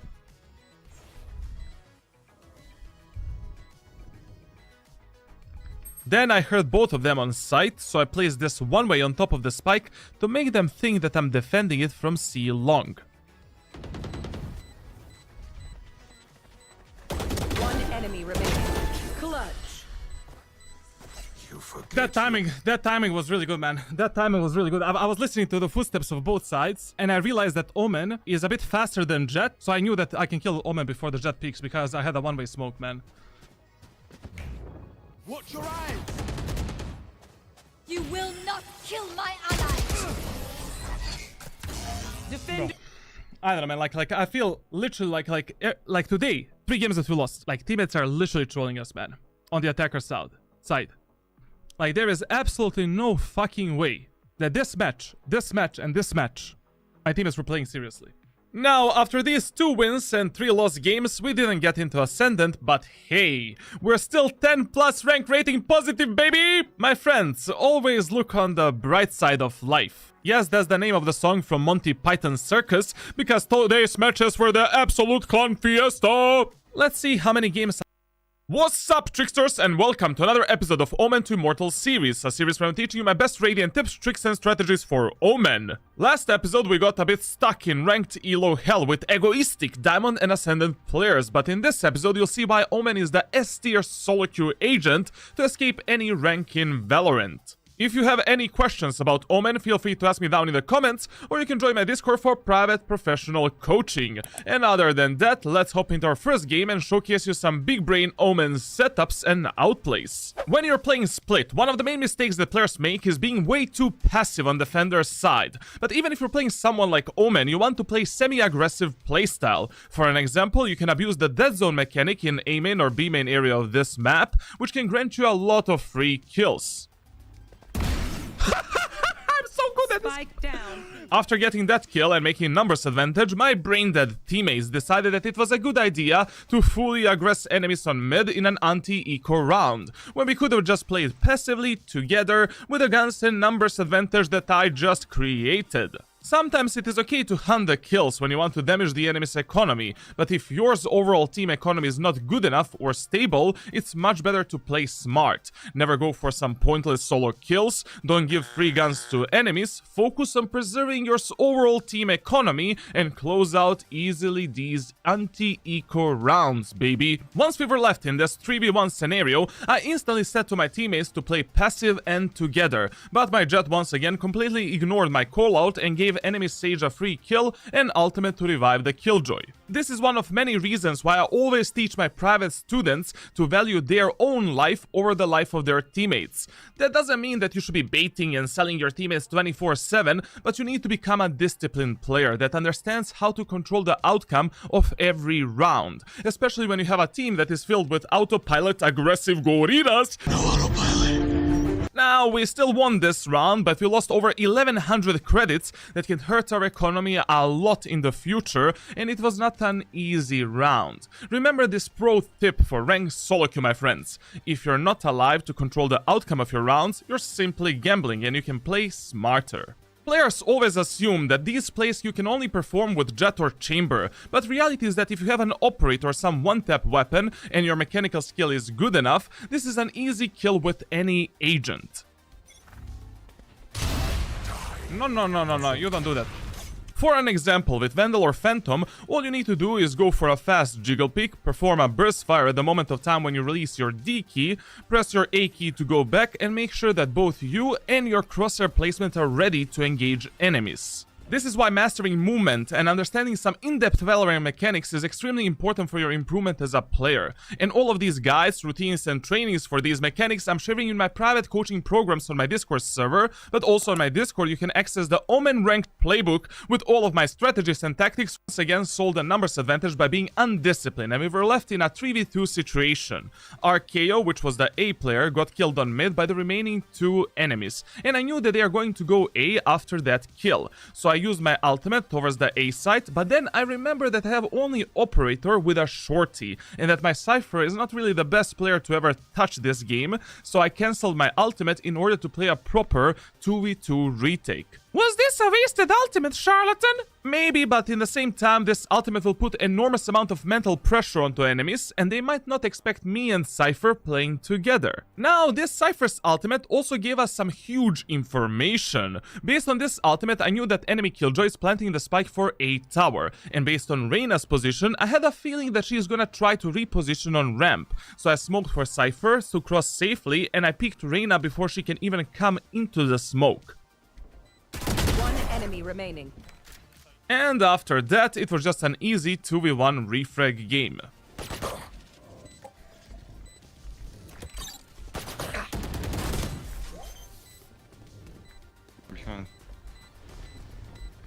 Last player standing. Thank you. Bro! Remember, my friends, always prioritize team play and pay attention on your minimap. Now, in this round on attacker's side, our push got delayed and I was waiting for a perfect moment of time to engage enemies.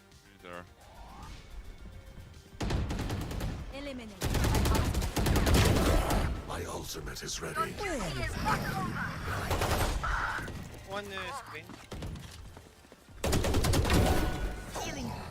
Remember, my friends, that picking a proper timing for your Omen outplays is 90% of your success potential.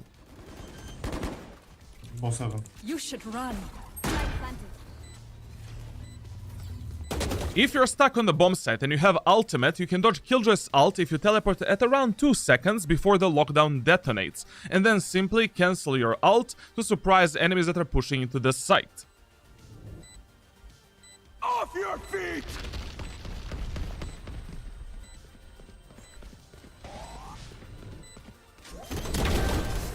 Bro, he's so stupid.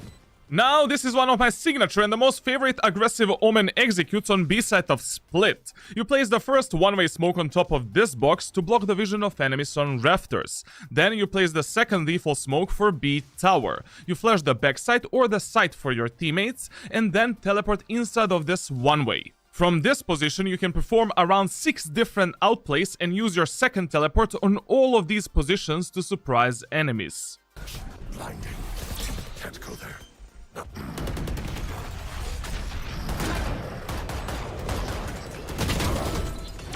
One city.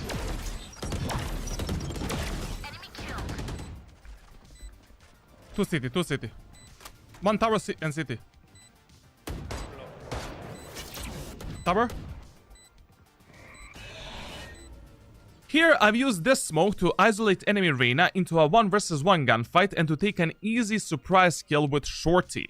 And then I went into CT, spamming my smoke to distract enemy Killjoy so that my Jet has easier time killing her. Remember, my friends, if you can simplify your gunfights without relying on your raw mechanical skill, just do it. Now on Fracture, Brimstone is definitely a far better controller than Omen, but in lobbies below Immortal 1, you can still hard carry and perform some crazy outplays with this agent. In this specific retake, I've used my smoke in the choke point to isolate enemy Sage that is alone on the bomb site, but I misplaced my smoke that should have been much deeper towards A main. Shadows traveling.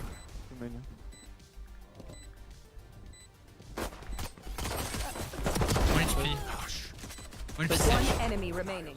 Fortunately enough, I was able to refrag my Reyna and turn this round into a 2v1, which my Sage immediately overturned into 1v1, instead of waiting for me to tap the spike and distract enemy Brimstone. Now in this situation, this round should not be losable for the attacking team. It's a 1v1, enemy has the spike planted for him in A main, and I have only a classic pistol. He can just jump spot me, jiggle peek me, distract me, and win this round by wasting my time until the spike detonates. But instead of that, he went for a pointless wide peek, probably thinking that I don't have time to defuse the spike. Now, why did the Brimstone lose this round? Disregarding his undisciplined and brain-dead swing, you need to pay attention on the sound cues of Spike.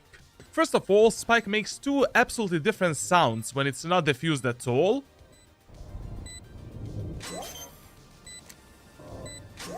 and when it's half defused. But also, ticking sound of the spike can tell you how much time enemies have left to defuse it. When the sound of spike goes from this to this, it means that there's around 20 seconds left to defuse it. When the sound of spike goes from this to this, it means that there's around 10 seconds left. And when the sound changes to the supersonic fast like this,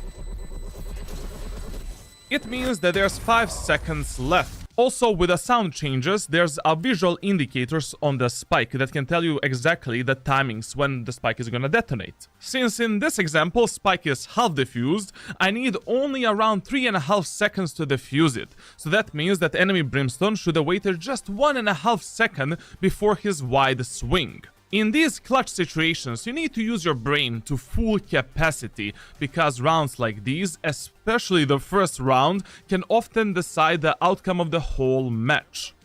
Now, once again, Operator is not an exclusive gun to Duelist or Chamber, and you need to master using this weapon regardless of the agent that you're playing, because it's literally a free elo stick and you can easily punish enemies' mistakes on both attack and defense.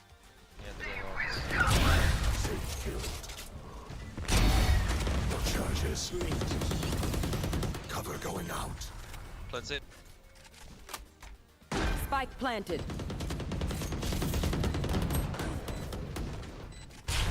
One enemy remaining. To the wall, to the wall. Nice. That's why you carry the shorty with yourself. That's why you carry the shorty. I don't want to see any one of you guys without the shorty, bros. Anyone, you always carry the shorty as a secondary weapon. Always, always, always. Okay, gorillas? In my future videos and guides, I'll be sharing with you some big brain tips and tricks to master Operator. So make sure to subscribe on my YouTube channel, leave a like, and follow me on Twitch for some daily live streams and solo queue shenanigans. Now, in this post plant on A site of Fracture, avoid overstacking the bomb site, because enemies can easily F you up with their utility. It's always better to spread a bit on the map, take the A main control if Spike is already planted for it, but obviously you should play on refrag potential, which my teammates didn't really do well in this scenario. Notice how much I'm focused on minimap, waiting for my smoke to recharge and picking a right moment of time to peek on the contact of my breach. You will not kill my allies. Silence. Flash out. Sorry. One enemy remaining.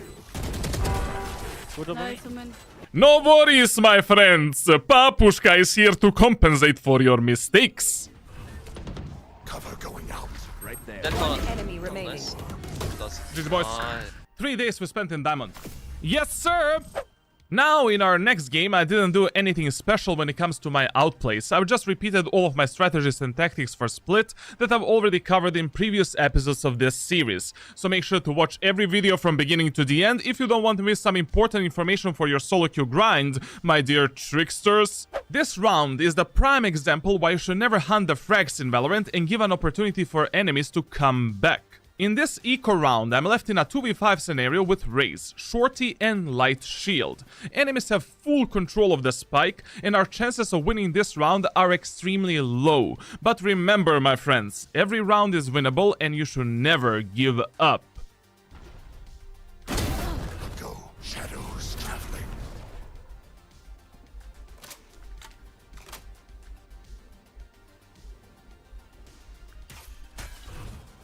Shadows traveling. Got him.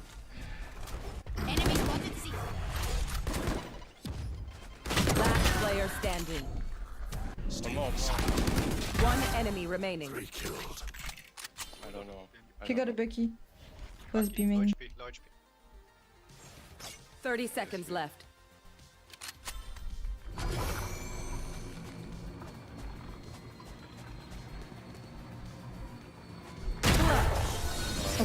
Shorty Light Shield!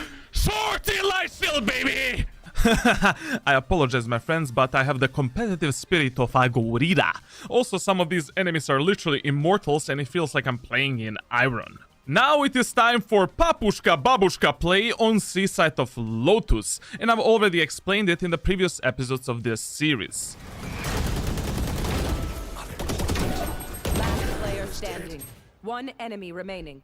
Here I gambled that enemy Reyna is either flank or CT, and I wanted to go all the way onto the A site, pick up the spike with my ultimate, which will allow me to have better preparation for the post plant. But my gamble was incorrect. Better luck next time, charlatan! Okay, who's got GG boys. Bro, today I'm feeling my Omen, man.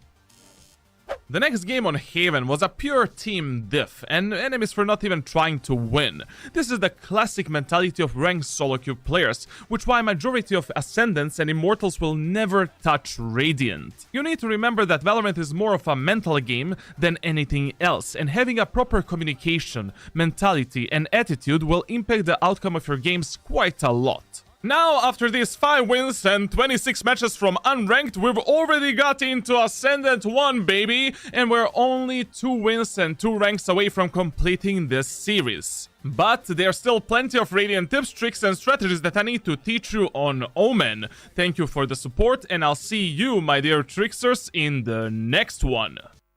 What's up, tricksters? What's up, tricksters, and welcome to another episode of Omen 2 Mortals in the Gorillas. So, in front of us. Ascendant and Immortal Harsta Gorillas. So it's time to showcase you how to hard carry in these lobbies and get one step closer to that juicy Radiant gun buddy. If you have any questions about Omen, feel free to ask me down in the comments, or you can join my Discord for private professional coaching. Other than that, let's hop into our first game for today, baby. Now, when you're in the post-plan scenarios, your primary focus is determining what is your win condition. Usually in these situations, the best idea is to play together with your teammates on a refrag potential, but sometimes thinking outside of the box is the best way to secure the rounds. After killing Jet and Sky on Rafters, we had multiple available options. I can use my ultimate to reconnect with Cypher in A main, fighting enemies together while using my one-way smokes to deny defusal of the spike. This sounds logical, but enemies have Killjoy and Sage on a retake, and with Nanoswarms, Slorbs or a potential wall, they can easily stop us from peeking and fighting them. Second option was waiting for enemies to peek Rafters underneath them and fighting together with Cypher in the same line of sight. This game decision would have been the most logical, but also completely determined by our difference in mechanical skill. Instead of that, I went for a bit more risky but a big brain option. I placed my default smoke on top of the rafters to delay enemies' push and allow my Cypher to have easier time distracting enemies. This default smoke always creates a cubby position where you can hide underneath the rafters without your legs being visible. Usually solo queue players are completely ignorant when it comes to existence of this position, and then I just waited for a perfect moment of time to peek and to secure the round. Yes, I probably could have decimated enemies with my radiant aim, but I just want to showcase you that even if you're an old fart or you're not mechanically skilled enough, with your big brain you can always create scenarios that work in your favor, where your aim doesn't matter at all. With my private coaching programs on my Discord server, I've managed to improve some 40 years old Valorant players from bronze all the way to immortal, which is the proof that you have zero excuses for being a Hearthstone silver gorilla. And also on my Discord, you can access the Omen rank playbook with all of my strategies and tactics for every single Valorant map, so that you can instantly boost your IQ short. You always want to place your smoke for garden instead of smoking the switch, so that we're not isolating our teammates in main from our teammates in short area of the map. But if you have one teammate going alone through short or mid, then you should always only support the teammates that are carrying the spike and pushing through the main position. Let's go. Cover going out. Stealing sight. Blocking sight. Flash! The sky. Get out of my way. Now, in these 1v1 scenarios, when you're in a close-range gunfight, it's usually better to rely on shorty to simply delete the enemies. This is one of the main reasons why I always recommend players in my coaching sessions to keep the shorty as their primary secondary weapon. Of course, whenever they have money to afford it. Oof, that first shot could have decided this round, man. Well, you know how they say. First match is always the warm-up game. But also, having a 819 jet that is trolling doesn't help at all. So some games you just delete from your hard disk memory and you move forward, my dear tricksters and tricksettes. Wait a minute! You're still not using shorty as a primary secondary weapon? Maybe this will change your mind.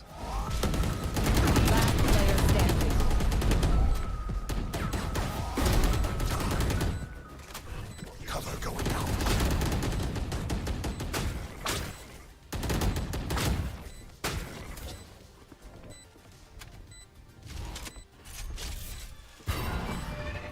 One enemy remaining. Killed.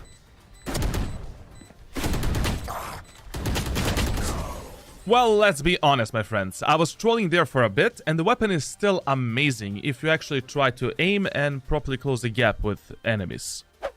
If you notice in the previous clip, we were actually losing this game 0-8, while being down 3-9 on defense. But thanks to my in-game leadership, strong mentality, and ranked playbook for Lotus strategies and tactics that I've already showcased in previous episodes of this series, we managed to do an amazing comeback with a 13-10 victory. That is why, my friends, you should never give up and never surrender. Also, you never know on which side your team is going to perform better than enemies. Maybe on defense, you'll have the 11s, but on attack, he transforms into Tenzimon X. Yes, that's a Digimon reference, and I'm a 10 years old Radiant coach. And then in the next game, after that epic sweaty comeback, Valorant greets you with 3 toxic teammates that are not trying at all. They're arguing and flaming each other throughout the whole match, but with your unbreakable mentality, iron willpower and rank, you press the start button and go next. Nice. Extra coaching advice. Take some breaks in between your ranked games, because that can significantly improve your overall performance. There's no point in tilt queuing or playing 10 games in a row with poor focus or mentality. This is a marathon for you, and you won't reach Radiant over the night. Now, if you're stuck on B set of Ascent while enemies are pushing you from stairs and speedway, this smoke is actually amazing for some potential outplay to either split enemies apart or to create some safe passage that you can use to escape into the CT. Nice. Spike down B.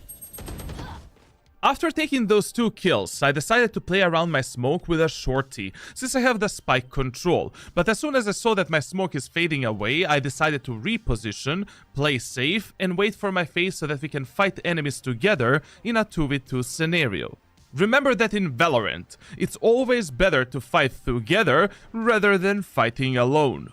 Unfortunately, after noticing this Yoru TP, I got baited and I thought that he's gonna use it for some epic outplay, which kinda disconnected me and fade from playing on a refresh potential. But in the end, I still managed to win this round. Don't get baited, my friends. Now, if your retake is being stopped by some one-way smokes, the best way to counter them is obviously with your own smokes. And to be honest, everything that I did in this retake was completely unnecessary once we ended up in a 3v2 scenario. Cover going out. 1 enemy remaining. Last backside. Backside, yeah. Nice. What I should have done here is just do a one-way smoke for backside while playing a clean refrag game with my allies. There's no reason to complicate your rounds. The more you simplify your gameplay, the more success you're going to find. 1 enemy remaining. Nice, good job. Attackers win. I will keep watch. Today was hell of a day for solo queue, man. Now, before we start this round on Bind, let's talk about the default smoke for defense of A short choke point, because I see a lot of the shenanigans here. This is your primary default smoke to stop the enemy's push that creates a small one-way, this allowing enemies to walk through it or to peek you from top of the box. This smoke we use when you want to play inside of the smoke to outplay enemies with close-range weapons and potentially do some kind of an outplay. And this smoke you should only use sometimes when you're retaking a set of Bind, but this should never be your primary smoke to stop enemies' aggression. And we have a few optional one-ways or deep setups that you're doing when you want to be aggressive in order to take more space. Free coaching is done, and now you can pay attention to my utility usage, repositioning, and enjoying this 4K. Nice. Oh, just don't fight. Spike planted. Williamson. Cover going out. 1 enemy remaining.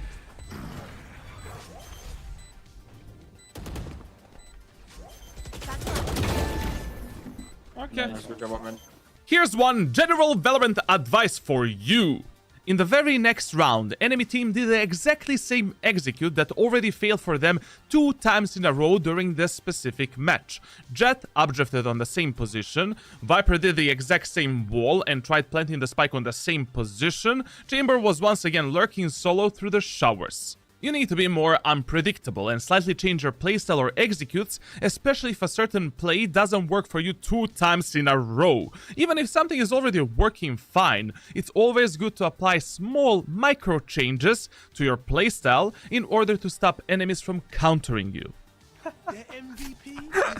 But Jett, you cannot execute a site 5 times in the same way. You're predictable, bro! Now, when you're in a numbers disadvantage or you have the ultimate on attacker's side, usually the best idea is to search for some solo kills in order to equalize the numbers or make some kind of an advantage. Because with ultimate, you can easily pick up the spike at any moment of time, or you can use it to reconnect with your teammates. In this 2v4 situation, my Sage that is carrying the spike used the teleport, and instead of playing with her, I decided to try catching some enemies off guard, as they are rotating from B to A, and using my ultimate to reconnect with Sage. Yes, I could have played with Sage and immediately teleport on A site, but playing a 2 vs 4 post plant isn't really the easiest thing in a game with so many different abilities. Shadows traveling. Behind you. 1 enemy remaining. Clutch. No fucking way. Shorty King, baby! Now, if you want to know why I use my smoke in the middle of the site in this round, make sure to subscribe on my YouTube channel, leave a like, and also follow me on Twitch for some daily live streams and more tips and tricks for your solo queue grind. 70 Phoenix. 1 enemy remaining. 70. Molly. Attackers win. Oh man, I was just getting warmed up. 30-10-7, man. King of Bind, man. Woo! Finally! Now, let's be honest. Omen is not really the best solo controller on maps such as Pearl and Breeze, especially if your teammates are extremely bad. You can still use him up to Immortal 1, but usually on these maps it's better to play him as a secondary controller. And now you can also tell based on my reaction whether or not I had good teammates or players that were absolutely trolling me this game. I'm gonna kill somebody. I'm gonna kill somebody if I play Pearl one more time. In-game, of course. In-game, of course. Chill, charlatan, chill. Now I'm gonna showcase you, my friends, why practicing tracking scenarios in Kovacs and Aimlabs is actually good for Valorant players. What is AT, Brim? Both on site, both on site. One enemy remaining. Yeah, right. I practiced in Kovacs this shit. I practiced in Kovacs this scenario, Raze. In this round, I just did my default setup on C set of Lotus. And remember that if you or your teammates forget the spike in spawn, you can always pick it up with your ultimate if you don't have time to go back. Oh. Now, once I was left in this 1v2 scenario, I know that both enemy Brimstone and Breach are in the waterfall. I'm using the Breach Aftershock as a tool to keep my location a secret and to do a silent repositioning into the CT. I'm also using my smoke to make enemies think that I'm still on the bomb site, wasting their time while I'm slowly rotating towards A site to prepare myself for the post plant. Now, here's a mini game for free Valorant points. Tell me down in the comments, why did I position in this way while using this specific smoke on the tower location? Whoever gives the most accurate explanation of my thought process in this 1v2 post plant is going to win a free battle pass. Good luck, my dear tricksters. One enemy remaining.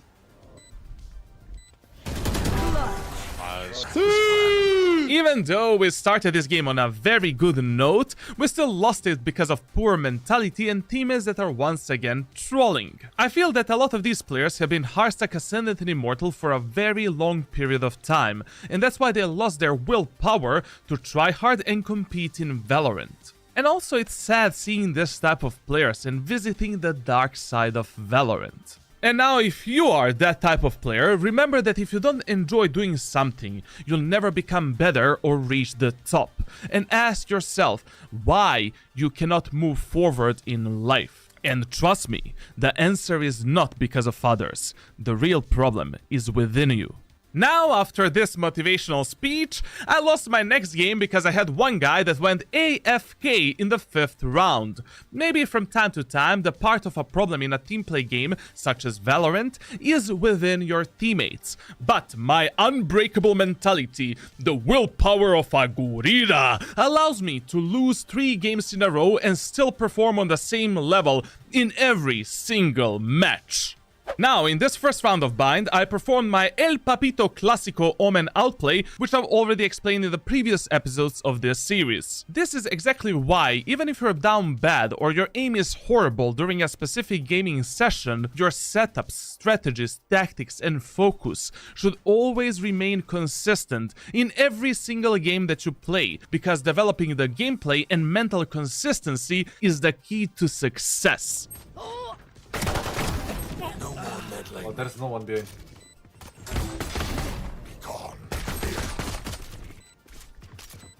One enemy remaining. This video is the prime example of practice what you preach. I always tell to the players that I coach that there's only around 60% of games that you can impact as an average player, while the rest is simply out of your control. As long as you can keep that 60% win rate and consistency, you can easily become a Radiant player in Valorant. And also, the games or scenarios that are out of your control should never impact your mentality in a negative way. Now, this game was a bit closer, but throughout the whole match, I just performed strategies and tactics that we've already covered in previous episodes of this series. So make sure to watch every single video from beginning to the end if you don't want to miss some important information for your solo queue grind, baby. 55. Can't use that. Spike down. One bridge. One garage. Out. One enemy. Longer. On left side. One enemy remaining. Short less. Come. Minus 50. Minus 50. What? Nice, GG's. Now, after these 6 wins and 6 lost matches, we still managed to rank up from Ascendant 1 into Ascendant 2 because of our high MMR and 70% win rate. In the next video, I'm going to showcase you some new crazy Omen strategies and tactics that I've recently developed. But the main point today was to teach you that your progress is never going to be linear. It's always going to be full of ups and downs. Thank you for the support, and I'll see you, my dear tricksters, in the next one. What's up, tricksters, and welcome to another episode of Omen 2 Immortal series, a series where I'm teaching you my best Radiant tips, tricks, and strategies for Omen. In the last episode, we had a bit of rough time because of the toxic Ascendant players, and I showcased you what it truly means to have unbreakable mentality in order to carry your games.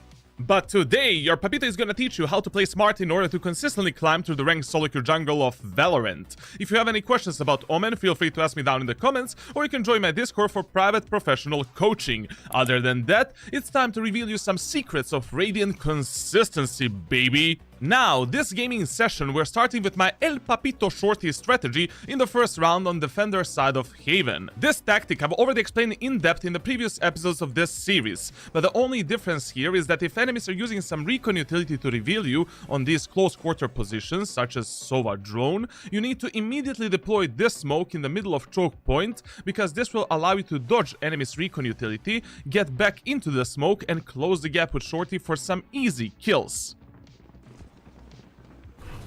Cover going out. Enemy spotted A. Go. Shadows trapped. One enemy remaining. Spike down A. The best strategy in the game, bro!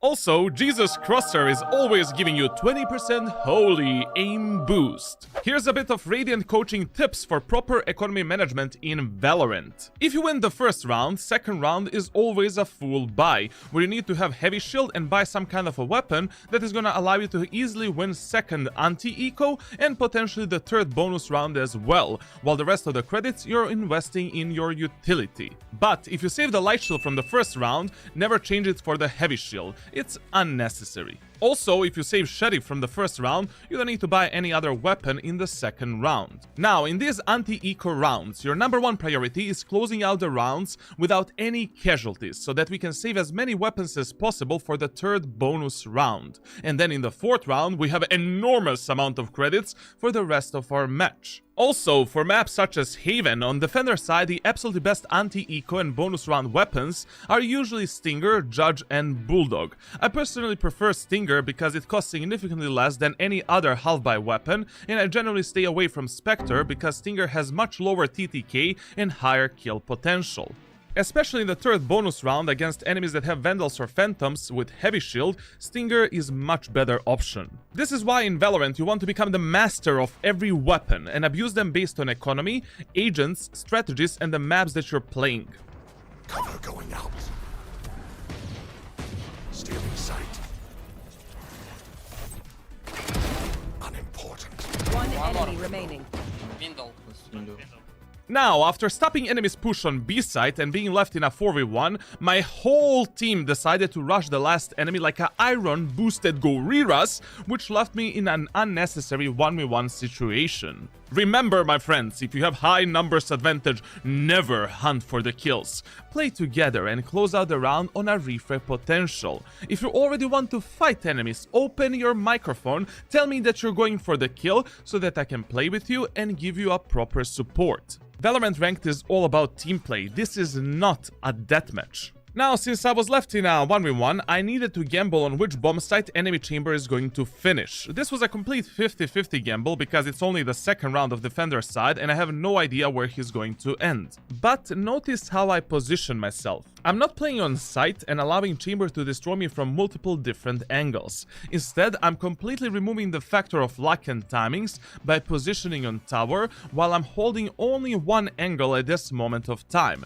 And also from this position, I can easily surprise and kill him if he decides to plant the spike on A site. My friends, this is what I call the Radiant consistency when it comes to smart positioning.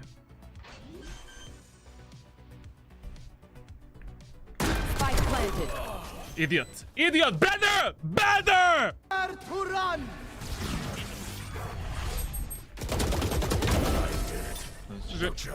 The cleaning the community. I am toilet cleaner from McDonald's, but working at a fucking Valorant community.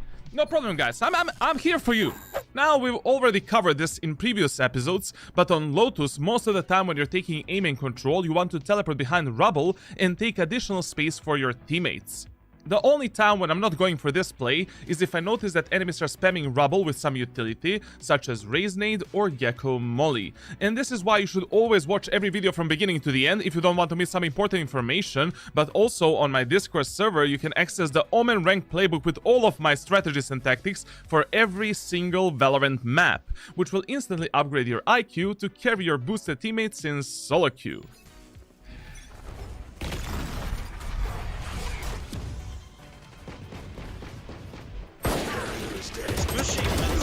Down A.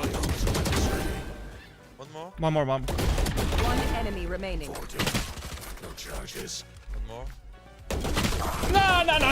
No, bro. She went for a swing there with a Spectre, man. Remember this huge tip, my friends. In Valorant, you don't always go for the headshots, because sometimes going for body shots is far better option. Of course, you should be training yourself to be disciplined and primarily aim your crosshair at the enemy's head level, but you need to use your big brain even when you're aiming, and this is not something that can be on autopilot mode. For an example, if I'm playing against enemies that are eco, it's smarter to primarily go for body shots and spray them down, instead of relying on one taps to the head, which is much harder and less reliable because of the first bullet inaccuracy.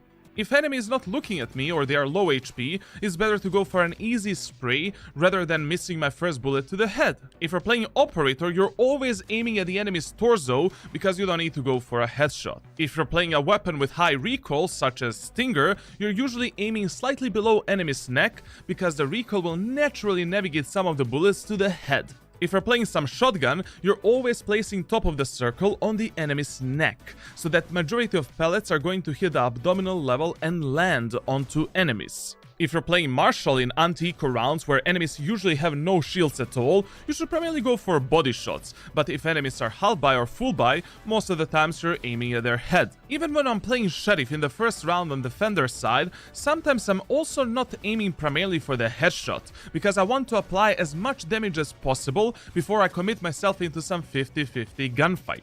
For an example, you're playing first round of defense on Lotus with our Sheriff. We can take this angle as our starting position, go for 1 or 2 body shots and immediately switch to another angle on the bomb site. From this position we can go for another body shot and then switch to this location. On this location we can jiggle peek enemies and go for another body shot. By abusing these 3 locations in the exact same way that I've showcased, if we successfully land 4 body shots, we applied 220 damage with our Sheriff, which is an enormous amount of damage for the first round that our teammates can use to easily finish off enemies, or we can use it to kill enemies with some kind of a utility. And at the end of the day, if you end up in some kind of a 50-50 gunfight, that fight is gonna be significantly easier for you.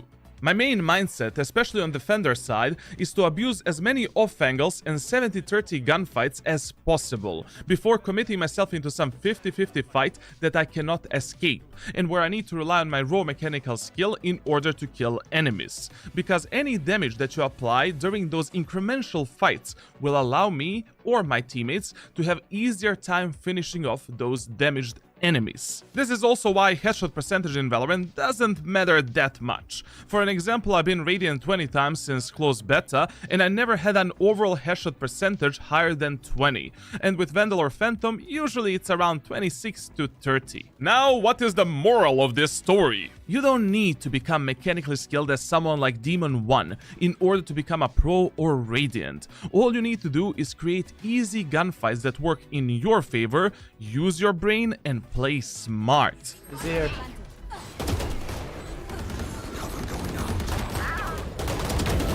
One heaven. Push heaven. He dropped. One enemy remaining. Oh, he's inside. Oh man, you're my favorite. Can I please not play Lotus anymore? Valorant, like, we played 9...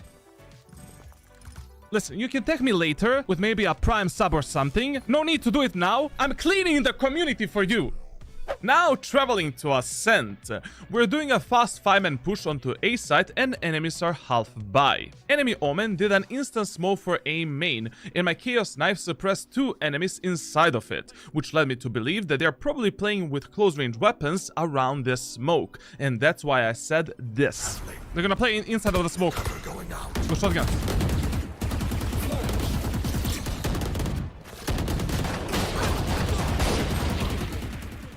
Now in this scenario, even though my teammates had a call that enemies are playing close to the smoke, they just pushed like a boosted bonobos. In this type of rounds, you just need to play a bit slower. Even if your push gets stopped or delayed for a few seconds, it's better to wait a bit. Spam the smoke, reveal enemies with Sova drone. Everything is better than pushing through a choke point that is guarded with maybe 2 judges or some other close range weapons that can decimate us in this situation.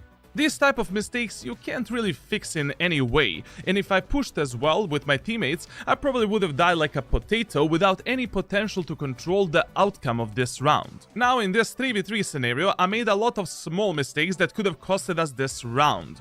First of all, I was extremely focused on the flank for which we didn't have any information, which resulted in both me and Sova not supporting our Jett while she was taking the site control alone. In Valorant, you always want to support your most aggressive teammates that you know for a fact are going to take some kind of a fight or additional space. Secondly, instead of going for this pointless aggressive play, I should have just done a default switch smoke, killing Cypher on rafters and potentially allowing my Sova to push faster and safely into the bomb site. Because of these 2 mistakes, my Jett was overexposed and she died in a 1v1 fight on short, and my Sova died from an enemy that is indeed flanking, which left me in a 1v3 scenario. Not ready yet. My ultimate is ready. Watch them run.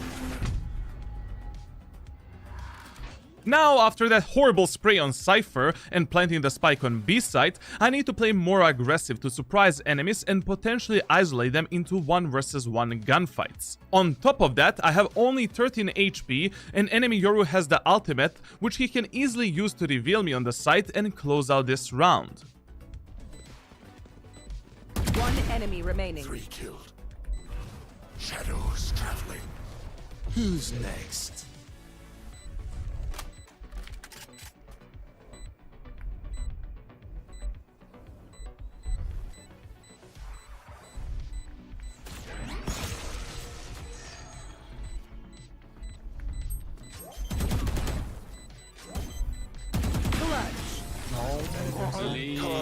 Thankfully in Valorant, players usually split apart like their father left their family years ago for milk, and nobody plays on a refill potential. Sova and Yoru, thank you for an easy clutch, and your fathers would be proud of you.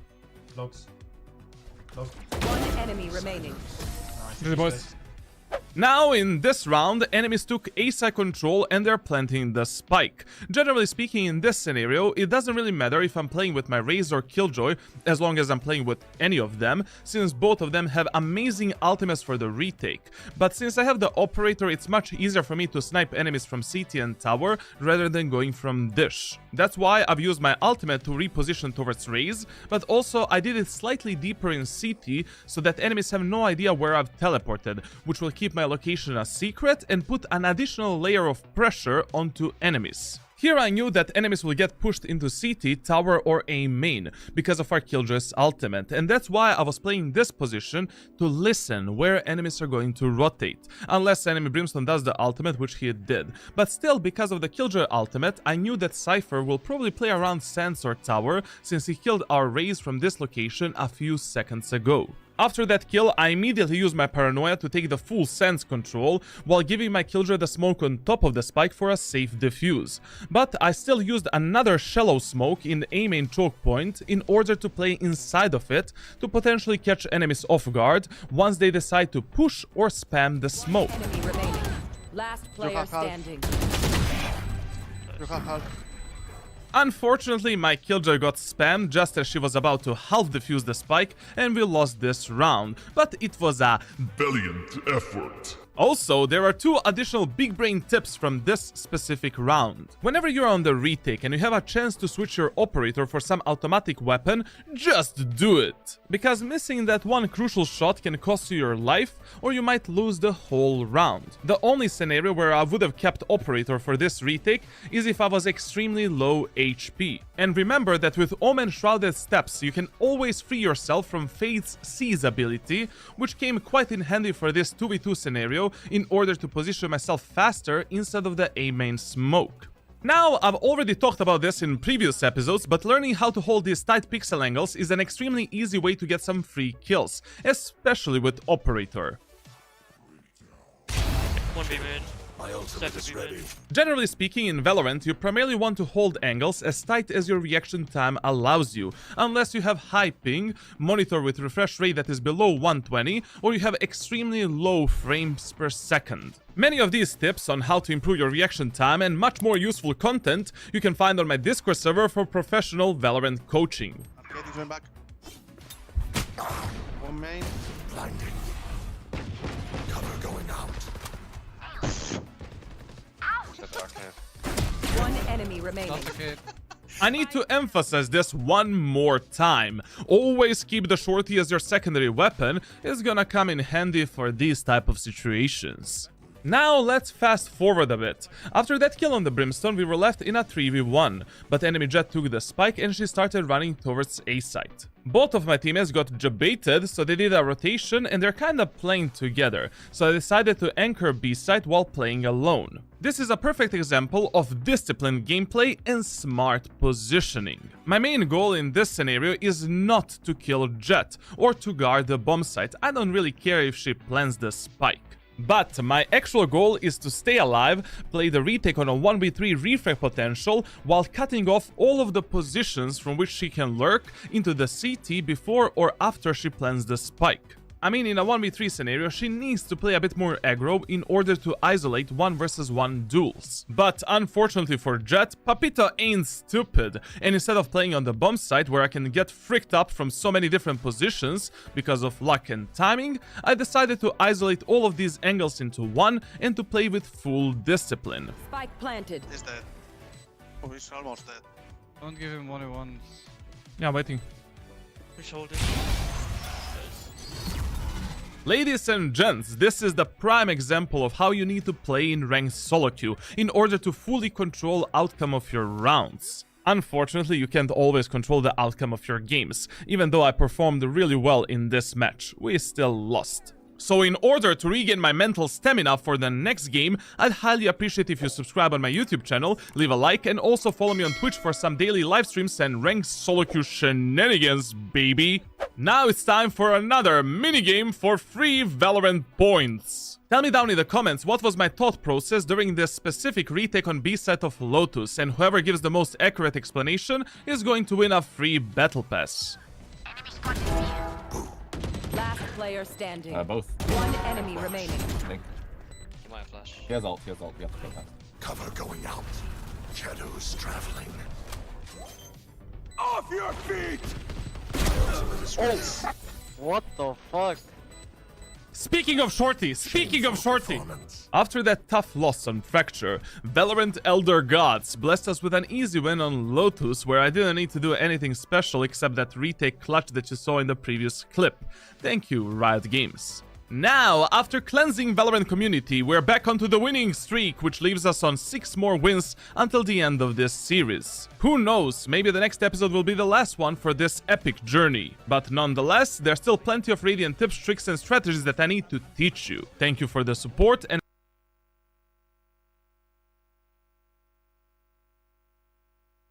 what's up, tricksters?